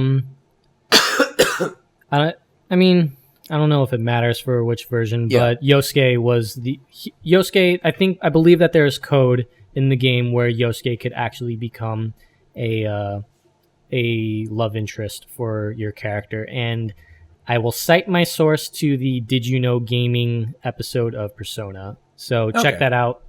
We'll Let see. us know. So anyway, just what I'm saying just sort of fits into it. It's not integral to that being part of it, but the idea that gay relationships were in the code and then removed seems to factor into my experience, which is that so Naoto's gender is something that you discover throughout the game. The first time that she's introduced as a male character for a while, like for the majority of the time that you know Naoto, up to a certain point, it is presumed that she is male. And so when it comes time, when you're leveling up this social link and you're helping her investigate some stuff and you're doing things, at one point you get an option and you can, she talks about her gender and it's like you can essentially, you have options for saying like, I like you just the way you are, or I'm glad that you're a girl, or something else like that. And to me, as someone who wanted a romancer, regardless of gender, I said, I like you just the way you are. And then that leads you down the friend path. So essentially, upon doing a little bit more research into this, there are flags, like conversational flags that you need to hit in order to romance a character. So this is a bit more metagame, but Naoto is the only one, I believe, with 2 of them. Like, you need to do the correct answer on 2 different occasions in order to get her to romance you. She's also the easiest one to turn down. She's the only one who doesn't, like, come up to you being like, yeah, I kind of love you. And then you go, yeah, you're my friend. And they go, oh, friends, yeah. So throwing that out there, you feel awful for turning down everyone except her, pretty much. But so one of the flags is you essentially need to say, I'm glad you're a girl, which for a character that is unsure about her own gender, her own identity, it didn't sit right with me. The idea that you could only romance her if she associated herself with a girl, because to me, someone who loved her, which is where you eventually go with these conversations, is that you're trying to say that you love her. To me, a character or a player who loved her would be saying, I love you just the way you are. If you would rather dress as a boy or be identified as a boy, that's fine. Like, okay. I don't know. I guess to me, it felt like it was something of a betrayal of a character. The fact that you could only find romance if she or that she could only find romance if she identified as a woman, as opposed to who she is, which is, at various points, depending on how you go, she identifies more as female, more as male, whatever it is. But like, I guess I didn't like it that the game imposed you have to say a specific thing in order to find a relationship with her. And it wasn't as simple as, I'm helping you because I love you, or I'm helping you because you're my friend. It seemed to have much more implications with her as opposed to with everyone else, which is you get to decide, do you want to date or do you want to be friends? So that was my big problem, because morally and ethically, in my heart, I wanted to say, I love you just the way you are. You don't have to change for anyone but yourself, that kind of thing. But in order to make her my relationship in this game, I had to give an answer that I didn't fully believe in. So I ended up doing that because I wanted the experience of dating this I wanted to develop this character further with my character and, do that sort of a thing. But it was at the betrayal of saying something I didn't believe, which is like, I'm essentially, I wouldn't love you if you weren't a girl, so I'm glad you're a girl kind of thing, which wasn't, with that character in particular, it wasn't, to me, it didn't match up with the rest of the character. And Rand. But, so, this character is Naoto, though, right? Okay. Yes, I nodded. Now, I will say, I criticize the way that Persona handles gender and sexual orientation as something that dates it. I think that's something that you and I have agreed on. To a degree, I've actually I've gone back and forth on that issue. Which, so you can go and then I'll voice my only issue with what, and I think that everything that you're saying is completely valid.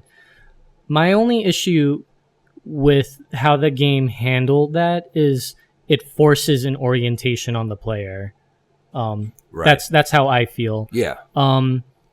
Now, I mean, for me personally, I identify as a straight male, so I don't know. I can't say that I would love another person no matter what gender they were, though. Yeah. I mean, I guess to me, it's not. To me, having that as an option doesn't say, like, you as a straight male, you now have to deal with that. Are you saying that romance? We're totally getting into some philosophical stuff. Well, but that is a huge part with Persona. It is. It's not just a video game. It's not a time waster. It asks questions, it asks you a lot, and it also, it gets you thinking about certain things, and it strikes certain chords with you. At least, this is what I got out of it. Which is one of the reasons as to why these games are so great. But anyway, fuck, what was I gonna say? You were saying that the game forces an orientation on you, and I was saying that having the option to romance someone regardless of their gender. So what I was gonna say was, do you separate feelings of love from gender? Yeah, I would. Okay. This is. It's okay. Strange. No, it's one of the things where I haven't had this conversation with very many people, but let me ask, are you comfortable with having this discussion? Yeah. Okay. I mean, all right. So full disclosure to you, the listener, I'm not thinking about you right now. I'm having this conversation with a really good friend of mine, and you happen to be listening to it, and that's fine with me. But so essentially, to me, feelings of love can come from anyone and can be for anyone. Like, there's familial love, there's the friendship sort of love, but I personally wouldn't say that I identify as a straight male. I can say two things with certainty, which is I'm definitely not gay and I'm definitely not straight. I fall somewhere within a spectrum, so I typically identify as queer because it's not quite as simple as being bisexual. But I do think that, like, there was someone in college, like, that I went to school with, and I had no idea if it was a boy or a girl. All I knew was that I was attracted to them and I wanted to ask them out on a date, and I chickened out because I suck.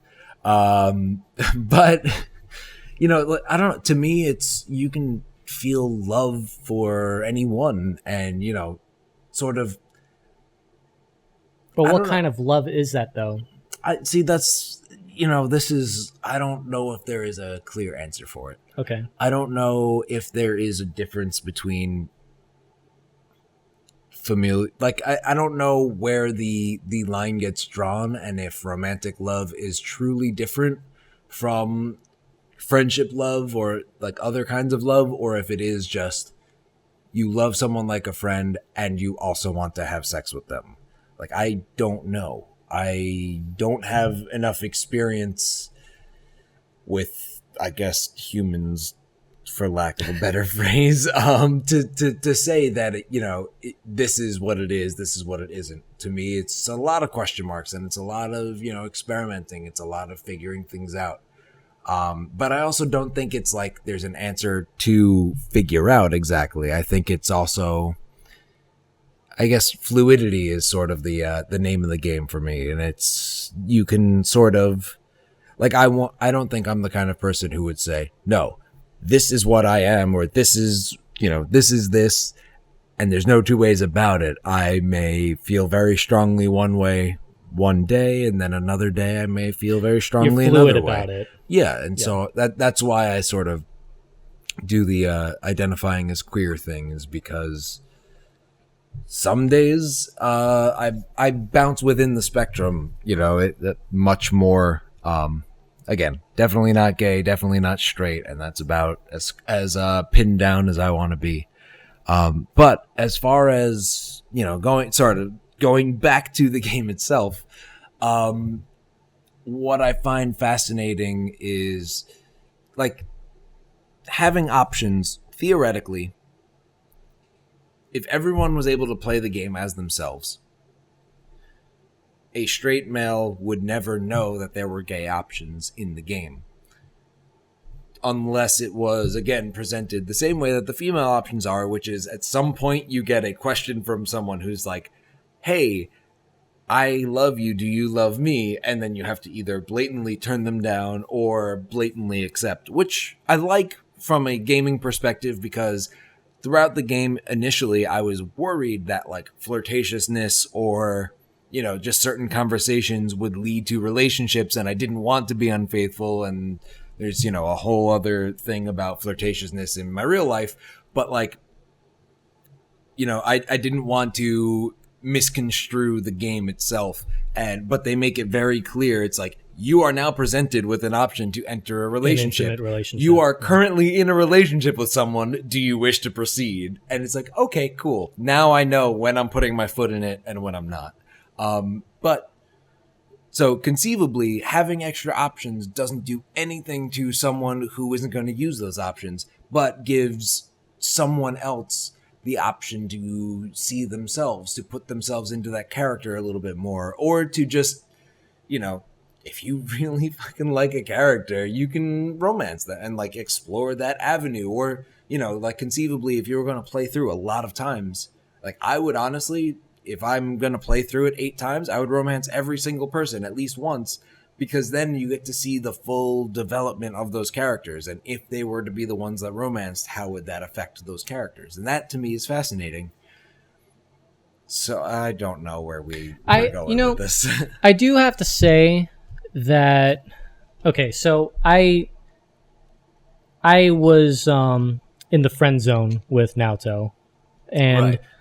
Which is typically where you end up, by the way. Just she's not a very outwardly affectionate individual. Well, and I actually want to get into some other stuff about that too. But so for me, and it's probably just because I only saw her as a friend, when I didn't really see any problem with just saying, I like you just the way you are. Yeah. And when I was presented with the option, at the same time for, I'm glad that you're a girl. I also kind of feel, and it's probably just because I only saw her as a friend. I kind of feel like if I said I like you as a girl, it wouldn't really have an effect on our standing in our friendship. But now it's making me think, so, if I was playing this game for the first time, and if I didn't know about this whole, the way that the dialogue options affect your relationship, if I didn't know about that and I wanted to romance Naoto, what would I say? And because now you're making me think, what would I personally think is the right answer, despite what the game's correct answer is? Mm-hmm. Excuse me. I don't know. It's actually a really good way of putting it. Now that I think of it, I don't know what I would say.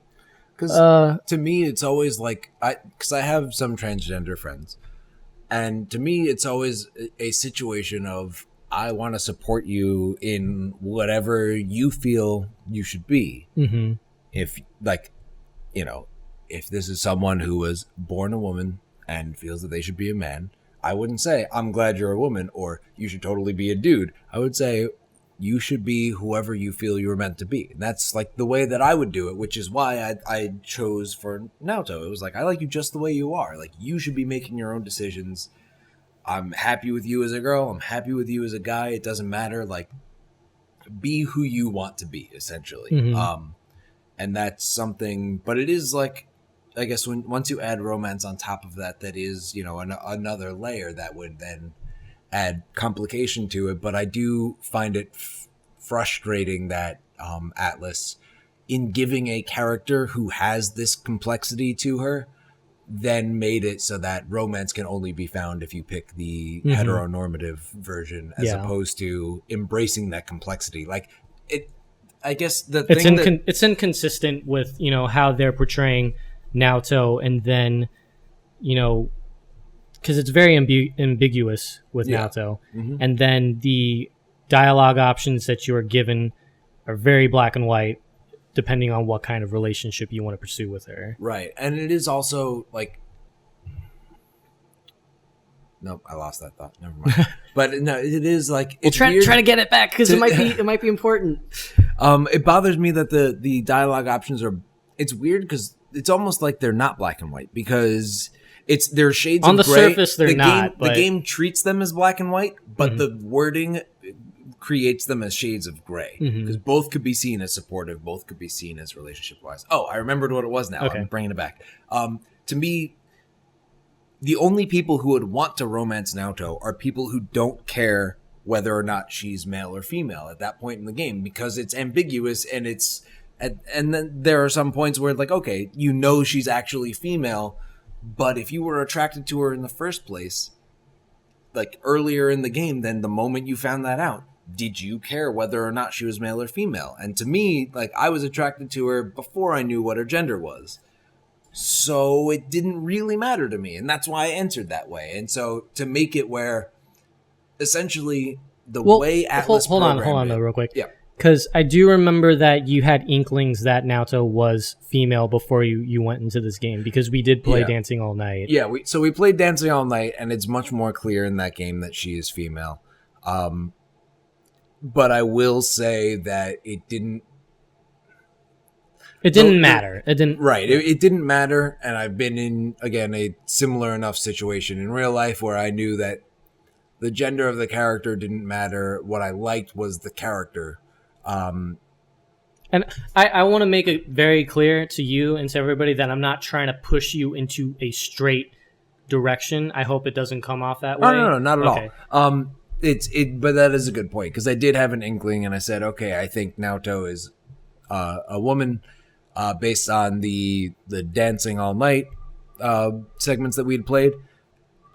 But I tried not to let it affect my progression through the story or anything else. And yes, it sort of got away from like a turning point of like, oh, what? She's actually a girl. But at the same time, it's kind of clear just in the game itself. Like they sort of hint at it enough. But anyway, to me, essentially, the way Atlas or P Studio or whoever it is programmed it in, the only way to romance Naoto is to want to change Naoto. Because the only way to really romance her is by going with dialogue options that seem to say you should be more effeminate. Now, if I remember correctly, it's only that one that says, I'm glad that you're a girl. Because there is another, like, it's a secret, like, cutscene thing where she shows up in a skirt if you imply that you want her to be more girly in general.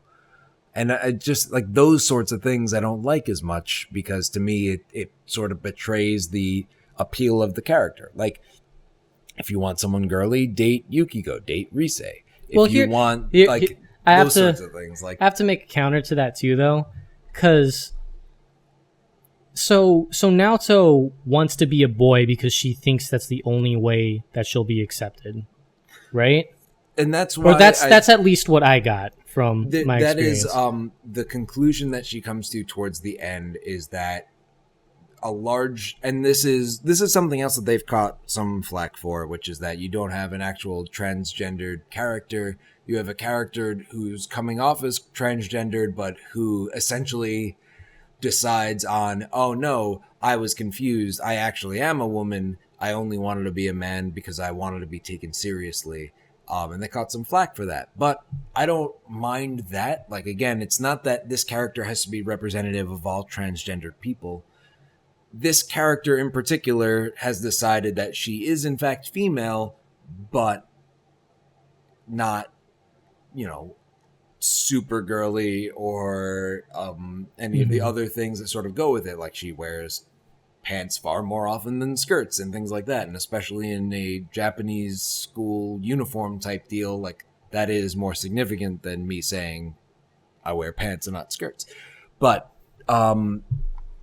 so like yes, the character says that she is in fact a woman. And as you progress, she is more and more comfortable with the fact that she is.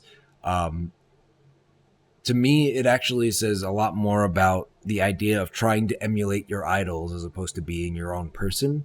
Seems to be the issue that they got into with Naoto.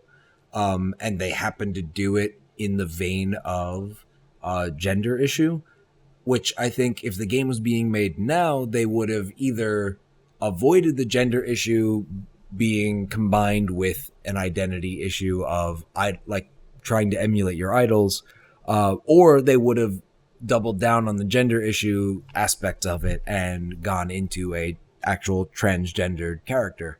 The fact that it was made, I believe 2012 was the first one. You mean the first version of? Yeah, the first version. No, that was I think it was 2007, and then Golden came out in 2012. Okay, so 2007. I mean, it's almost, at the risk of sounding odd, it's almost a good problem to have, the fact that like transgender issues have become so much more visible in the last 9 years that this game, like that is one of the few ways in which that game is dated to me. Is its dealings with transgender, gay, fat, honestly, characters with Hanako. Like, yeah, there are a few things, and it's essentially like the issues that we find of like bullying and representation and things like that. Those are the ways in which the game dates itself the most. It's not flip phones, it's not slang, it's cultural aged mechanics, it's not even so much cultural stuff as far as like, well, because it's Japanese, yeah, that's true, but it's dated in the sense of how we perceive these types of people. Right, and it is something like there was a long stretch within the game where I didn't like Yosuke because he was so homophobic and dealing in his dealings with kanji and stuff like that, and it bothered me.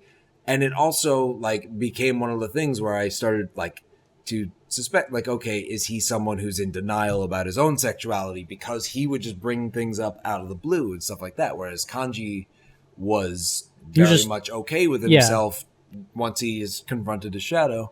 And I thought that was interesting. And again, Kanji is another character where he settles on the I'm not gay approach to things. But again, before he knows Naoto's gender, he's attracted to her. Before he knows the gender. And, you know, he's certainly not as intensely tied to what her gender is. Right. Yeah. Or just an orientation. So now that you bring that up, I feel like I'm more in tune to what you were saying, where gender doesn't matter, because regardless of whatever gender Naoto is, you know, Kanji was interested in her. Right, like he was blushing and stuff when she was just interviewing him as the detective, and he was like meeting up with her and things like that. And then after that, he basically, like, again, the game then goes, oh, Kanji's relieved because it turns out she's a girl. But like at the same time, it's almost like the game sort of backtracks and becomes homophobic in light of its own it doesn't backtrack, it just takes steps back from it feels like the payoff isn't as as rewarding when you discover how Kanji handles his sexual identity, or with how... But one of the things that I liked about the way that they dealt with Kanji's sexual identity is the fact that they deal with something that I find is fascinating, which is toxic masculinity. The idea that you like cute shit, that must mean you're gay or a girl. It's like, no. I can like cute shit as a fucking man, regardless. None of that has anything to do with it. And that's the thing, is that Kanji... The question wasn't Kanji's sexuality. It was him dealing with other people's perceptions of his sexuality. I remember reading... So there's a lot of literature on Persona 4. There's a lot of opinion pieces that you can find, especially on Kotaku, and a lot of them discuss about how important it is that Kanji is gay. Personally, I don't think that Kanji is gay, but I also don't think that his sexuality is the important aspect of his character. It's just him coming to terms with what his masculinity is. Right. And I think that's... So what I find interesting is... All right, we're going way more in depth than I thought we would. This is no longer a dislike. This is more of a... this is an analysis discussion. So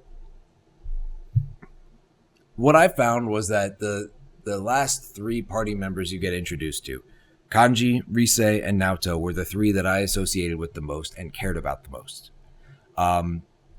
Naoto, because of the idea of emulating your idols and what essentially, like, what does it mean to be a gender? Can you be taken seriously and still be a woman? Can you be, like, essentially, like, if you want to be a detective who's taken seriously, can you still do that and reconcile that with how you're born and things like that? With Kanji, it's about what does it mean to be a man? And, you know, does orientation have any effect on that? Does your likes and dislikes have to do with manliness at all?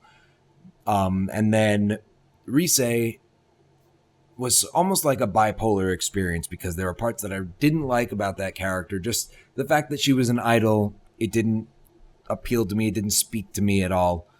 She's super bubbly and stuff, and that's all well and good. But the part that spoke to me, that actually some of the most heartbreaking scenes in the whole game to me were Rise's, where she's dealing with the fact that she doesn't know who she is, that Rosette, the Rise that you meet throughout, and like these other facets of her, and how does she reckon? How does she reckon? She doesn't know who the real her is. All she knows are these different masks she puts on in front of people. And is she going to matter? And is she going to matter? And it's just, so those 3 things are all things that I've had to deal with personally, and I'm still dealing with to a large degree. You know, the concepts of masculinity, the concept of gender, but also, again, emulating idols, the concept of who the real you is. It's all, there's still so much, and it's stuff that I'm dealing with Persona personally. 4 Golden, everybody. Yeah, not like a no, it is a feel-good game, but like at the same time... It asks the tough questions. It asks tough questions, and I guess this is one of the reasons that, to me, it was more than just playing through Yu's story, through the main character stories, because to me, these characters represented so much about myself and my own experiences that I had to delve in deeper. I had to deal with so much more. You know, I have to... Yeah. This is a little bit off topic. Okay. Personally, I don't see myself in a lot of these characters. And I think that's totally okay. I feel like I identify with Chie a lot in some ways, but I mean, that's okay. It's the meat. When I think about Persona 4 or Persona 4 does it, and Persona 3 doesn't really address that. But in Persona 4, it's a lot about confronting the part of yourself that you try to, you know, push way back, right? I feel it's almost traumatizing to me in some ways, because I think about, like, if this ever happened in my life, what would be my shadow, right? Yeah. And I dread that. I think you're supposed to. I mean, and that's the thing, though. Like, you know, these characters, whenever their shadow is confronted, they do their whole spiel of you're me, I'm you, blah blah blah blah blah, right? And it, for me, it kind of the effect was deadened the more I was exposed to it. But then I was thinking more about it after I beat the game. I was thinking, shit, you know, how would I even react if my shadow showed up and showed everybody who I really was on the inside? Which part of me would it show? I mean, everybody has all types of baggage. Yeah, of course. But, like, which part of me would it choose to just expose to everybody? Well, I think, see, that's the thing is, first of all, it's not even showing who you really are. It's exaggeration, the fear of who you really are. So Yeah, again, like but with Kanji, it was about all being afraid that he was gay because he liked cute shit. It wasn't that he was; it was that he was afraid that the thing he really liked made him gay. I mean, it's not like it's all the insecurity, the deep-seated insecurity, and the things that I would fear about myself that could possibly be true. You know? Yeah. I have. I'm not going to reveal those insecurities to you guys, by the way. But I'm just thinking, it is such a would visceral be the right word? No, it's a real gut reaction to it, and I think that's one of the reasons that I associated so strongly with this game is that I saw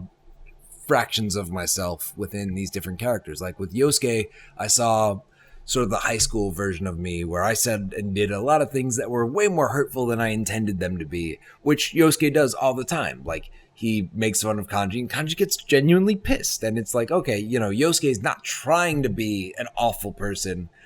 He's just trying to be like, oh, you know, like friendly, like ribbing and stuff like that. But at the same time, he's hitting nerves that he shouldn't be hitting. So I saw myself in Yosuke.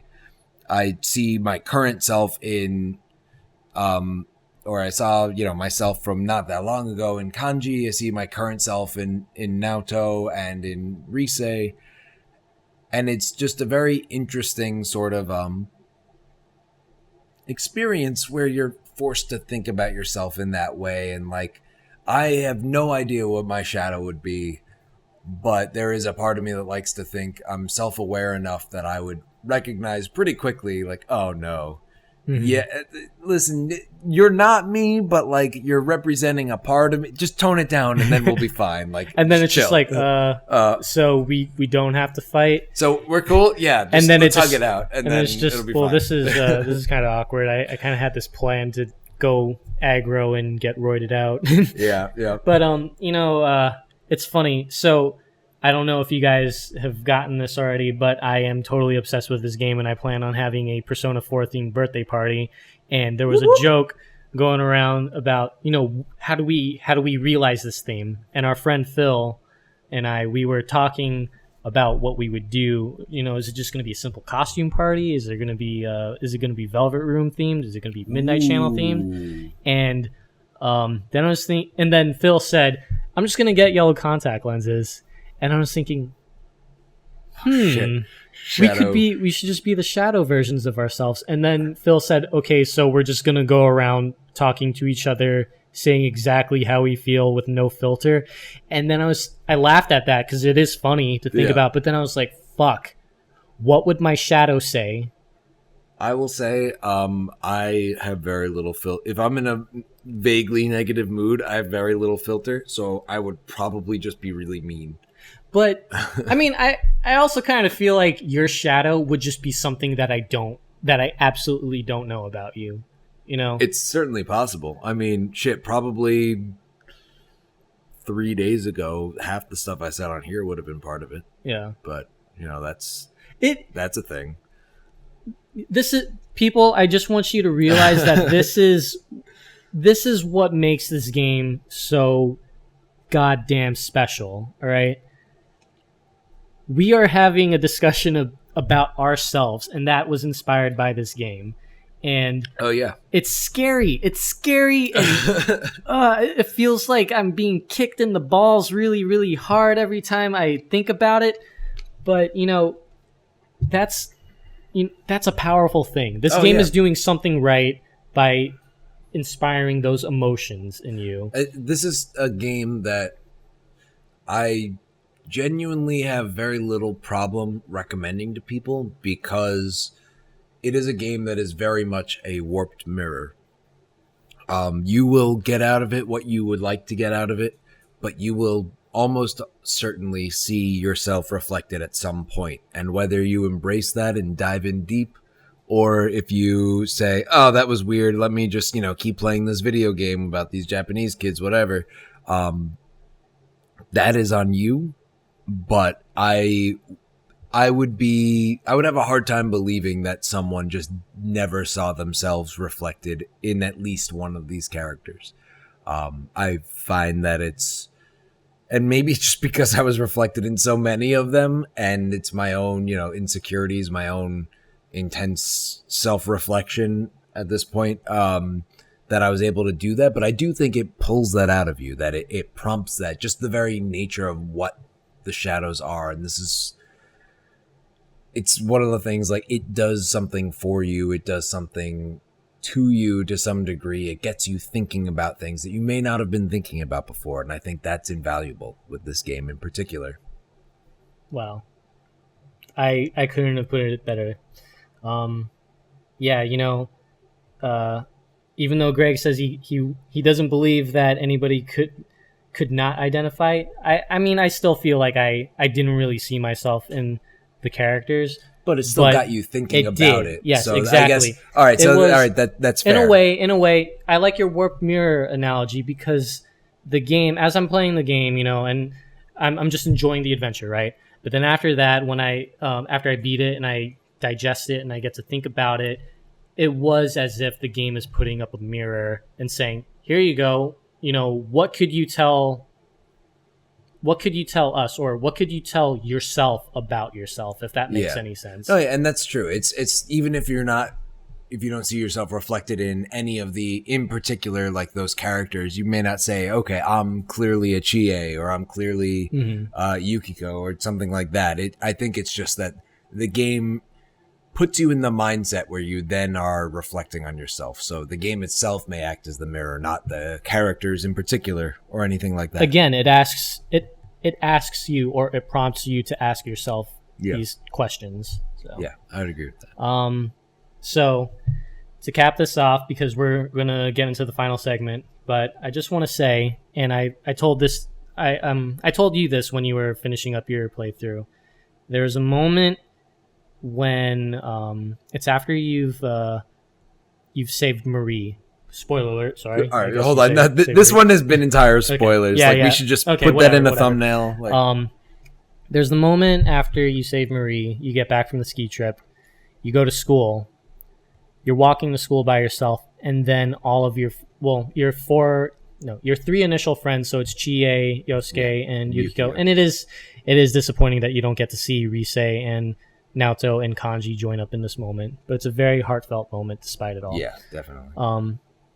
You're getting to school, and your friends, they meet up with you as if fate just placed it there, as if it were meant to be, right? Yep. And you're talking about all the things that you've done and all the things that you plan on doing, and then there's this one sad moment where you're thinking, "Shit, well, I gotta go back home after this. When spring comes around, I'm going back to the city."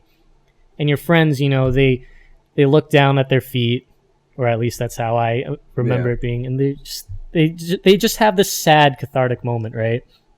And then one of them says, "Well, we have all this time left, and let's just do all the things that we want to do."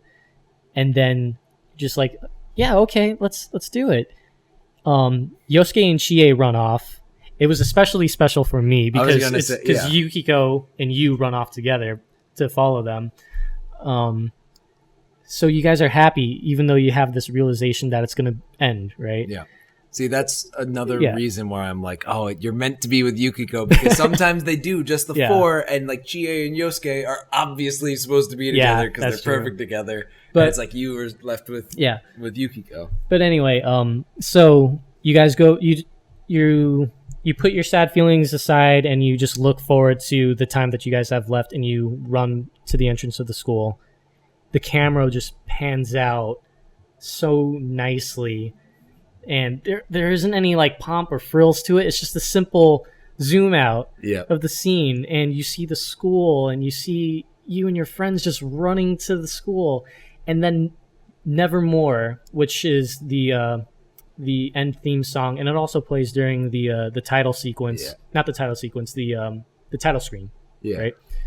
It plays, and then you're just like, "Fuck," I don't know how I don't know how to describe it, but I just want to say, Persona 4 Golden, my favorite game of all time. You guys already know that. I played the Dark Souls series and Bloodborne after this, and then Dark Souls 3 and I'm going to get crucified for this, but Dark Souls 3 was competing with Persona 4 Golden as my favorite game of all time. Persona 4 Golden was at risk, okay?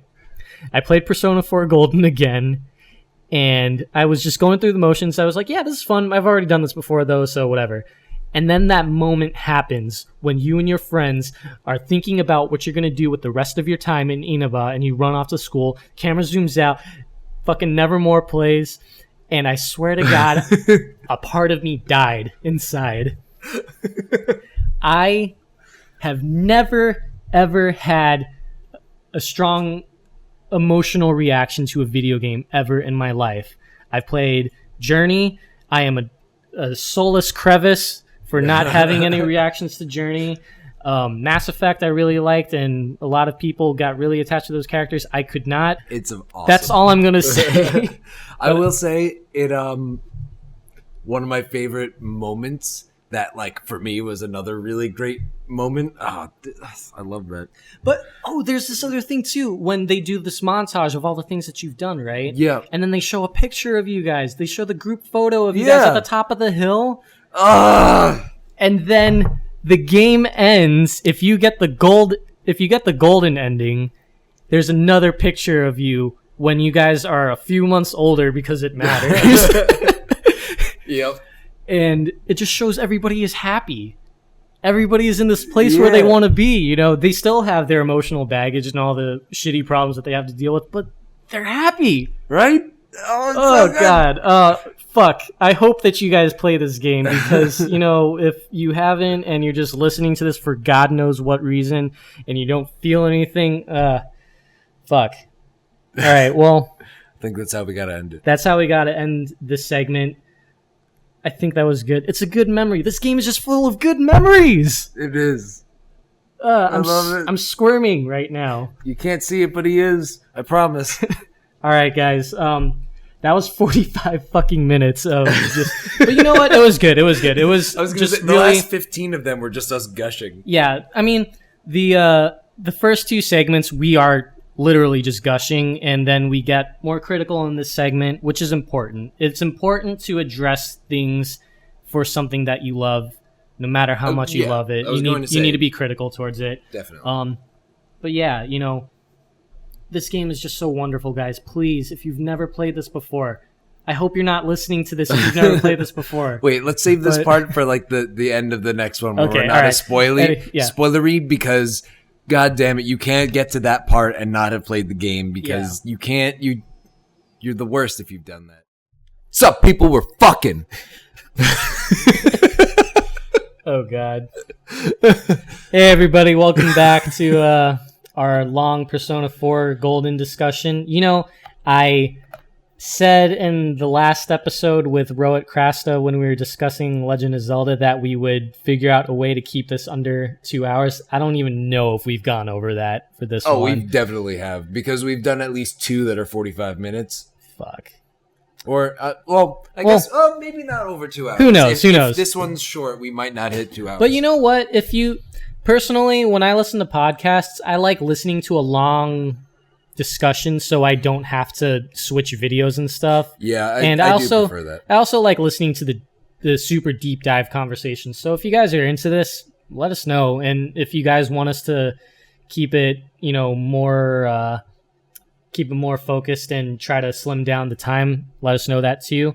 Well, and I do believe, I'm pushing that in other episodes, we're not just going to be discussing one game. We'll be discussing a couple of different topics. But what were you going to say, Greg? I was going to say, I mean, this is a little bit meta conversation, but we could also do long form as one thing on a podcast and then split up the segments in YouTube videos. Mm-hmm. That way, you know, because YouTube is typically more focused, more like individual episodes. So each segment could be a YouTube video. And then when it's a podcast where people will just sort of load it up on their phones and listen to it straight through, that could just be one long clip of all the segments in one thing. So something for us to think about. Let us know your thoughts and comments, or I don't know how you people do this. I'm a guest. Dude, I'm new to this. This is my second time doing this. All right, cool. Share, subscribe. If you have a way of letting us know, then let us know. If not, we'll just sob or something.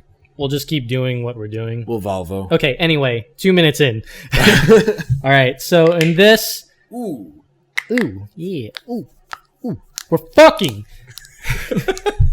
Anyway, You had the chance to edit that out completely, and now you brought it back. yeah.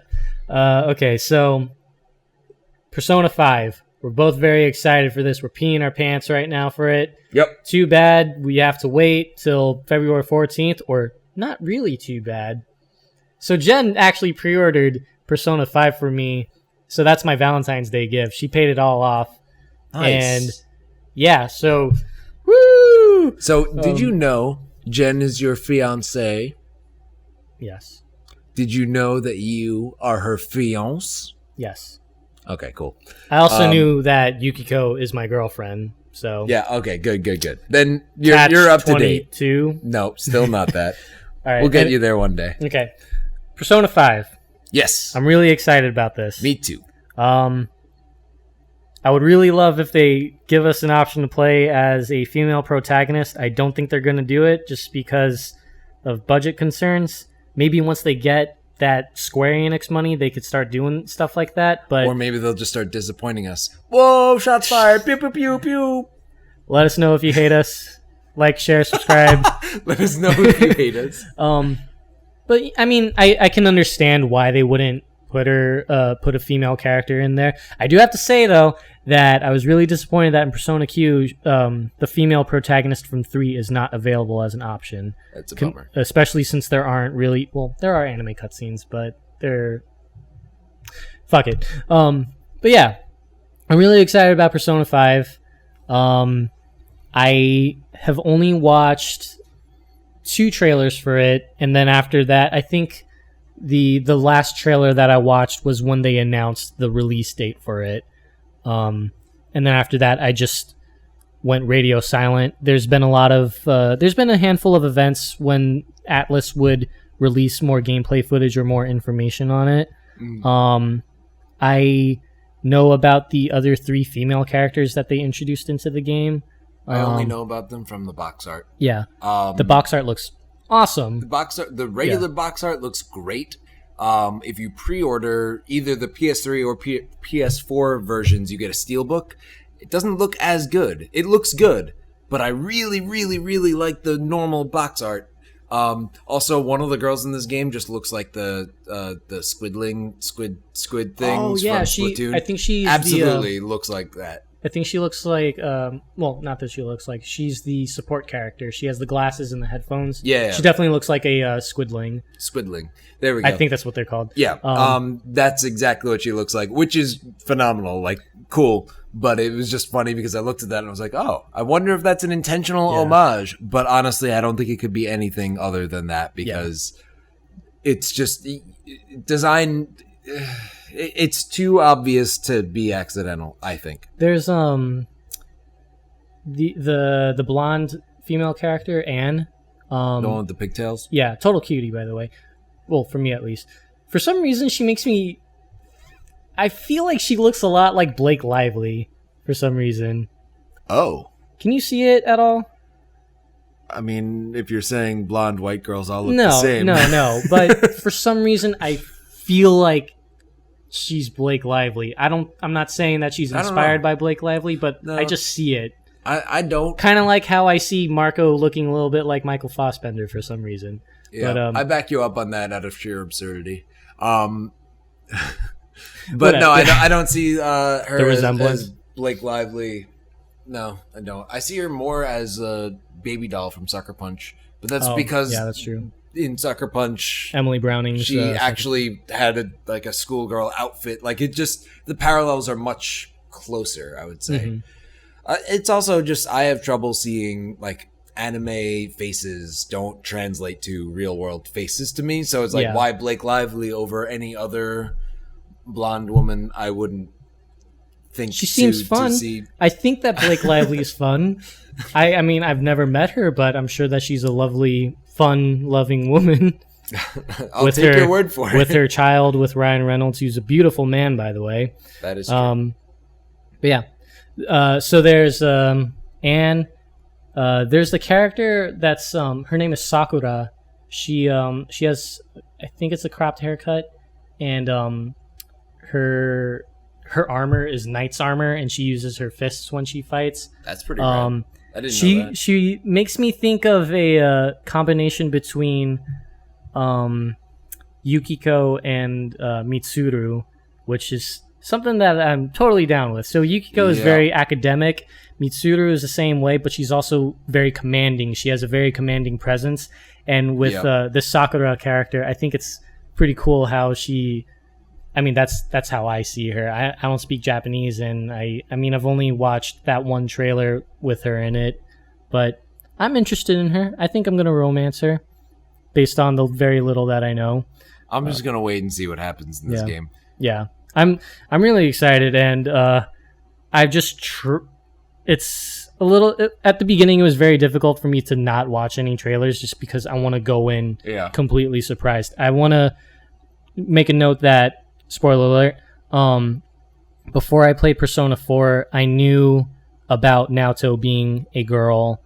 I had Kanji's whole sexuality and masculinity story spoiled for me from the beginning. So where did you get that spoiled? I think there was a GameSpot article where they were talking about Persona 4. Maybe it was the review or it was a retrospective thing.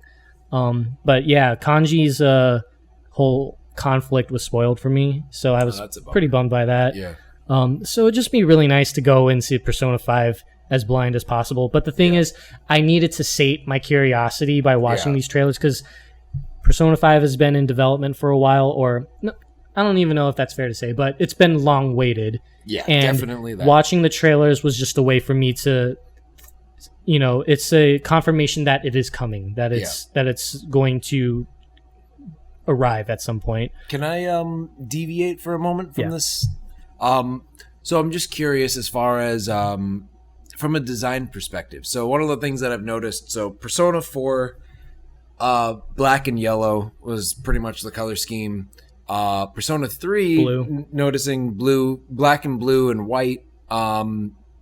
Persona 5 seems to be black, white, and red. So I guess, do you know, with Persona 1 and 2, did they have colors? Or what do you think of just sort of the idea to go with very graphic design sort of there's images a very distinct style. Right. For those. Like Persona 3 even like has a lot of the style as far as not the promotional stuff, but style within the games feels much more real world than Persona 4. Persona 4 feels more like an anime set in the real world, where it's like, okay, so design wise, we have certain things, like everyone's wearing a uniform, but one always wears red, one always wears green. They have their own deviations from the school uniform, that sort of thing. Persona 3 almost has less defining features for certain characters. Like to me, maybe it's just because they don't have a particular color associated with each character as much, but they seem to have Yukari, she has her pink sweatshirt. Junpei has his baseball cap. Akihiko has his sweater vest, which isn't really even that distinct to me, because I feel like that would be something that you could actually see in a school uniform. He has his bandage on his face. Yeah. Mitsuru just looks like a proper upperclassman. Right, and she has bright red hair, so I assumed that would be the color. That's her identifying characteristic. But it was just so to me it was an interesting thing, because it seems like as they're going on, they're stepping a little bit away from the realism of like, okay, we have school uniforms, and like your character has blue hair, but that's not that out of place for an anime thing. But it's like he's listening to his headphones. He has his music player. He has his trademark. Right. But even that is much more subdued. Like for Yosuke, he has bright orange headphones around his neck. It's a portable music player that's dangling around his neck, and the headphones aren't even on his ears. They're closer to like, they're dangling. They're not actively on. And so it's way less noticeable. It's not like I didn't notice it until someone drew attention to it. Someone said, "Oh, you're always listening to that portable music player of yours," which was hilariously dated, but also like, oh, I guess he is. Mm-hmm. That's strange. It's just like the characters seem to be a bit more distinct. Or I was going to say in Persona 3, they seem more realistic in the sense that they're less distinct. It's less like bam, this guy has this one thing about him. And it's a lot more of like, it's more, right. You're one of those guys that I saw at school. It is much more subdued. I mean, I didn't really think of Persona 3 as the more realistic one until you actually brought that up. And it has to do with the visual design of the characters. Yeah. Yeah, I guess it is fair to say where they're getting more exaggerated and stylistic with the titles as they progress. So in Persona 5, you know, the main character, I think he looks pretty plain and unextraordinary. Yeah. And I know that she wears a hoodie, and she wears a hoodie and sneakers. And then there's the other character, I can't remember his name, but he would, I guess, be your Yosuke or your Junpei, and he wears a punk rock t-shirt. I was going to say, they're doing a lot with the like cutout and safety pin style of punk rock. I mean, they are going with the plaid pants for the school uniforms kind Which of thing. is interesting because the music style for this game is more along the lines of like acid rock and jazz. Yeah, which I think is going to be an interesting combination. I think they're probably going to do a bit more of that, more of the punk influence a little bit in the music styling, but I think it is going to stay. I mean, overall, like Persona 3 has a bit more of the hip hop feel to it, but it still has that there's jazz a very influence there. There's a very alt rock and hip hop influence to Persona 3. Yeah. And Persona 4 is and this isn't, you know, a knock at Persona 4, but Persona 4 has more of a pop feel to it. It definitely does. I think in a lot of ways, Persona 4 has a really broad appeal to it, and I don't mean that in a negative way. It's just, it is very clearly like, if you looked at the Persona games musically as jazz infused with different styles, you would get Persona 3 would be jazz infused with alternative and hip hop. Persona 4 is jazz infused with pop. And then Persona 5 seemingly being jazz infused with rock. And again, I'm going to speculate and say punk only because a lot of it has that, you know, it's very aggressive. It's red, black, and white. It has safety pins and, like, you know, has that sort of haphazard, like, cut out of magazines and slapped together kind of look to collage. it. It has a collage look to it. And so I would say that I would be surprised if we didn't get some more of that harder edge to it, whether it's rock or punk, but a harder edge to it. I would be surprised if it didn't show up. Yeah, the music is always really solid in 3, 4, and 5, and you know I'm not gonna say for 1 or 2 just because I have very limited experience with those games. But yeah, Persona 5, I'm hoping that, and I'm just trying to make this quick because we got to finish up here. I'm hoping that Persona 5 will have more interesting dungeons just because, for me, I find them less interesting, even though, you know, there are people like Greg that are fine with them. I do think that the mechanic of being able to dash between cover to sneak up on enemies is pretty cool. Yeah, I'm looking for it. It would be cool to also see some action scenes that take place in the real world, not exclusively in the Shadow World or Tartarus or whatever. Yeah. And I mean, I thought I saw that a little bit in one of the trailers, but I'm not sure. Like, I like the idea that you're not just a student. Like, it would be cool if you had an agenda when you're in the real world, not just leveling up and going to school. And a lot of that just has to do with they've done it already. I want them to sort of progress a little bit, even though I do love the high school simulation and the social link aspect. I would love the social link aspect, but like, he's a, you know, I can't think of an example because I'm unimaginative, but it would be cool if he had something of like an objective, not just making it through school and then, oh look, magical world opens up. It would be kind of cool if there was an objective within the real world and also the shadow world. I have to say, as much as I really love the, you know, the characters facing themselves to gain their persona, I really hope that's not repeated in Persona 5, just because they did it so strongly in Persona 4, and it just, I personally feel like it would be cheapened if they did it again in Persona 5, and they didn't do that in Persona 3. Yeah, I noticed that. So I'm interested in seeing how they're going to handle how everybody gets their persona.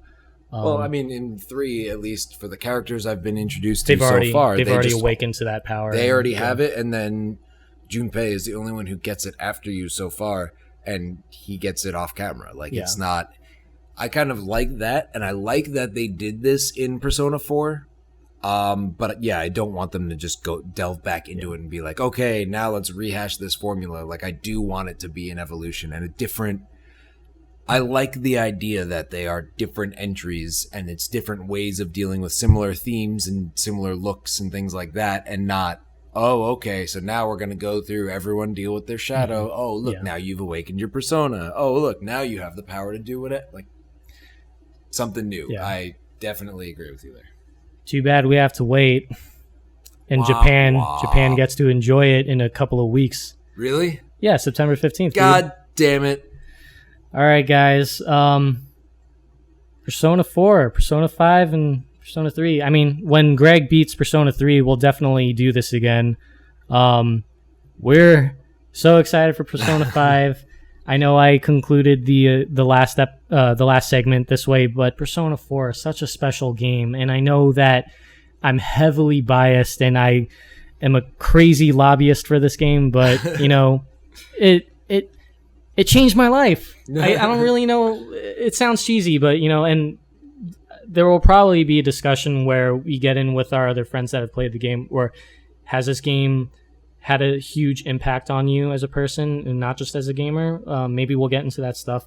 But please, guys, if you've never played this game, do yourself a courtesy and play it. I don't care if you play it on Vita, even though the Vita version is the superior one and the more complete one. But just play it. It's so good. If you already have it on PS2, pop it in and play. If you don't, get a Vita, get the game, and just go nuts. And you know what? I'm going to throw it out there. If you have any particular experiences with this game of like something that it did for you, something that it changed for you, a way that it affected you personally, feel free to write it in. You know, you could send it to us, comment it if you're comfortable with it being that public, but I'd love to hear about it. Yeah, this was good. Since I got really awkwardly personal in the last segment. So, you know, it'd be nice to know I'm not alone in that. On that note, thank you guys for joining us. We had a lot of fun talking about this game. Absolutely. And we hope that you just feel our love for this game emanating through your speakers into your, what Kevin Smith calls your ear holes. I'm not going to get uncomfortable about that, but you know, but yeah, like guys, holes, baby. I want them ear holes. But yeah, guys, this game is so special. Thank you so much for joining us. Yes, thank you. We'll see you guys next time, or we'll talk to you into your ears next time. I mean, we are watching you. It's true. We are watching you. But we will see you, but you won't see us. On that note, again, thank you guys. Thank you, Greg, for joining me on this long discussion. And we'll catch you guys later. Happy WobbaCast. Wobba, wobba, wobba, wobba, wobba, wobba, wobba, wobba.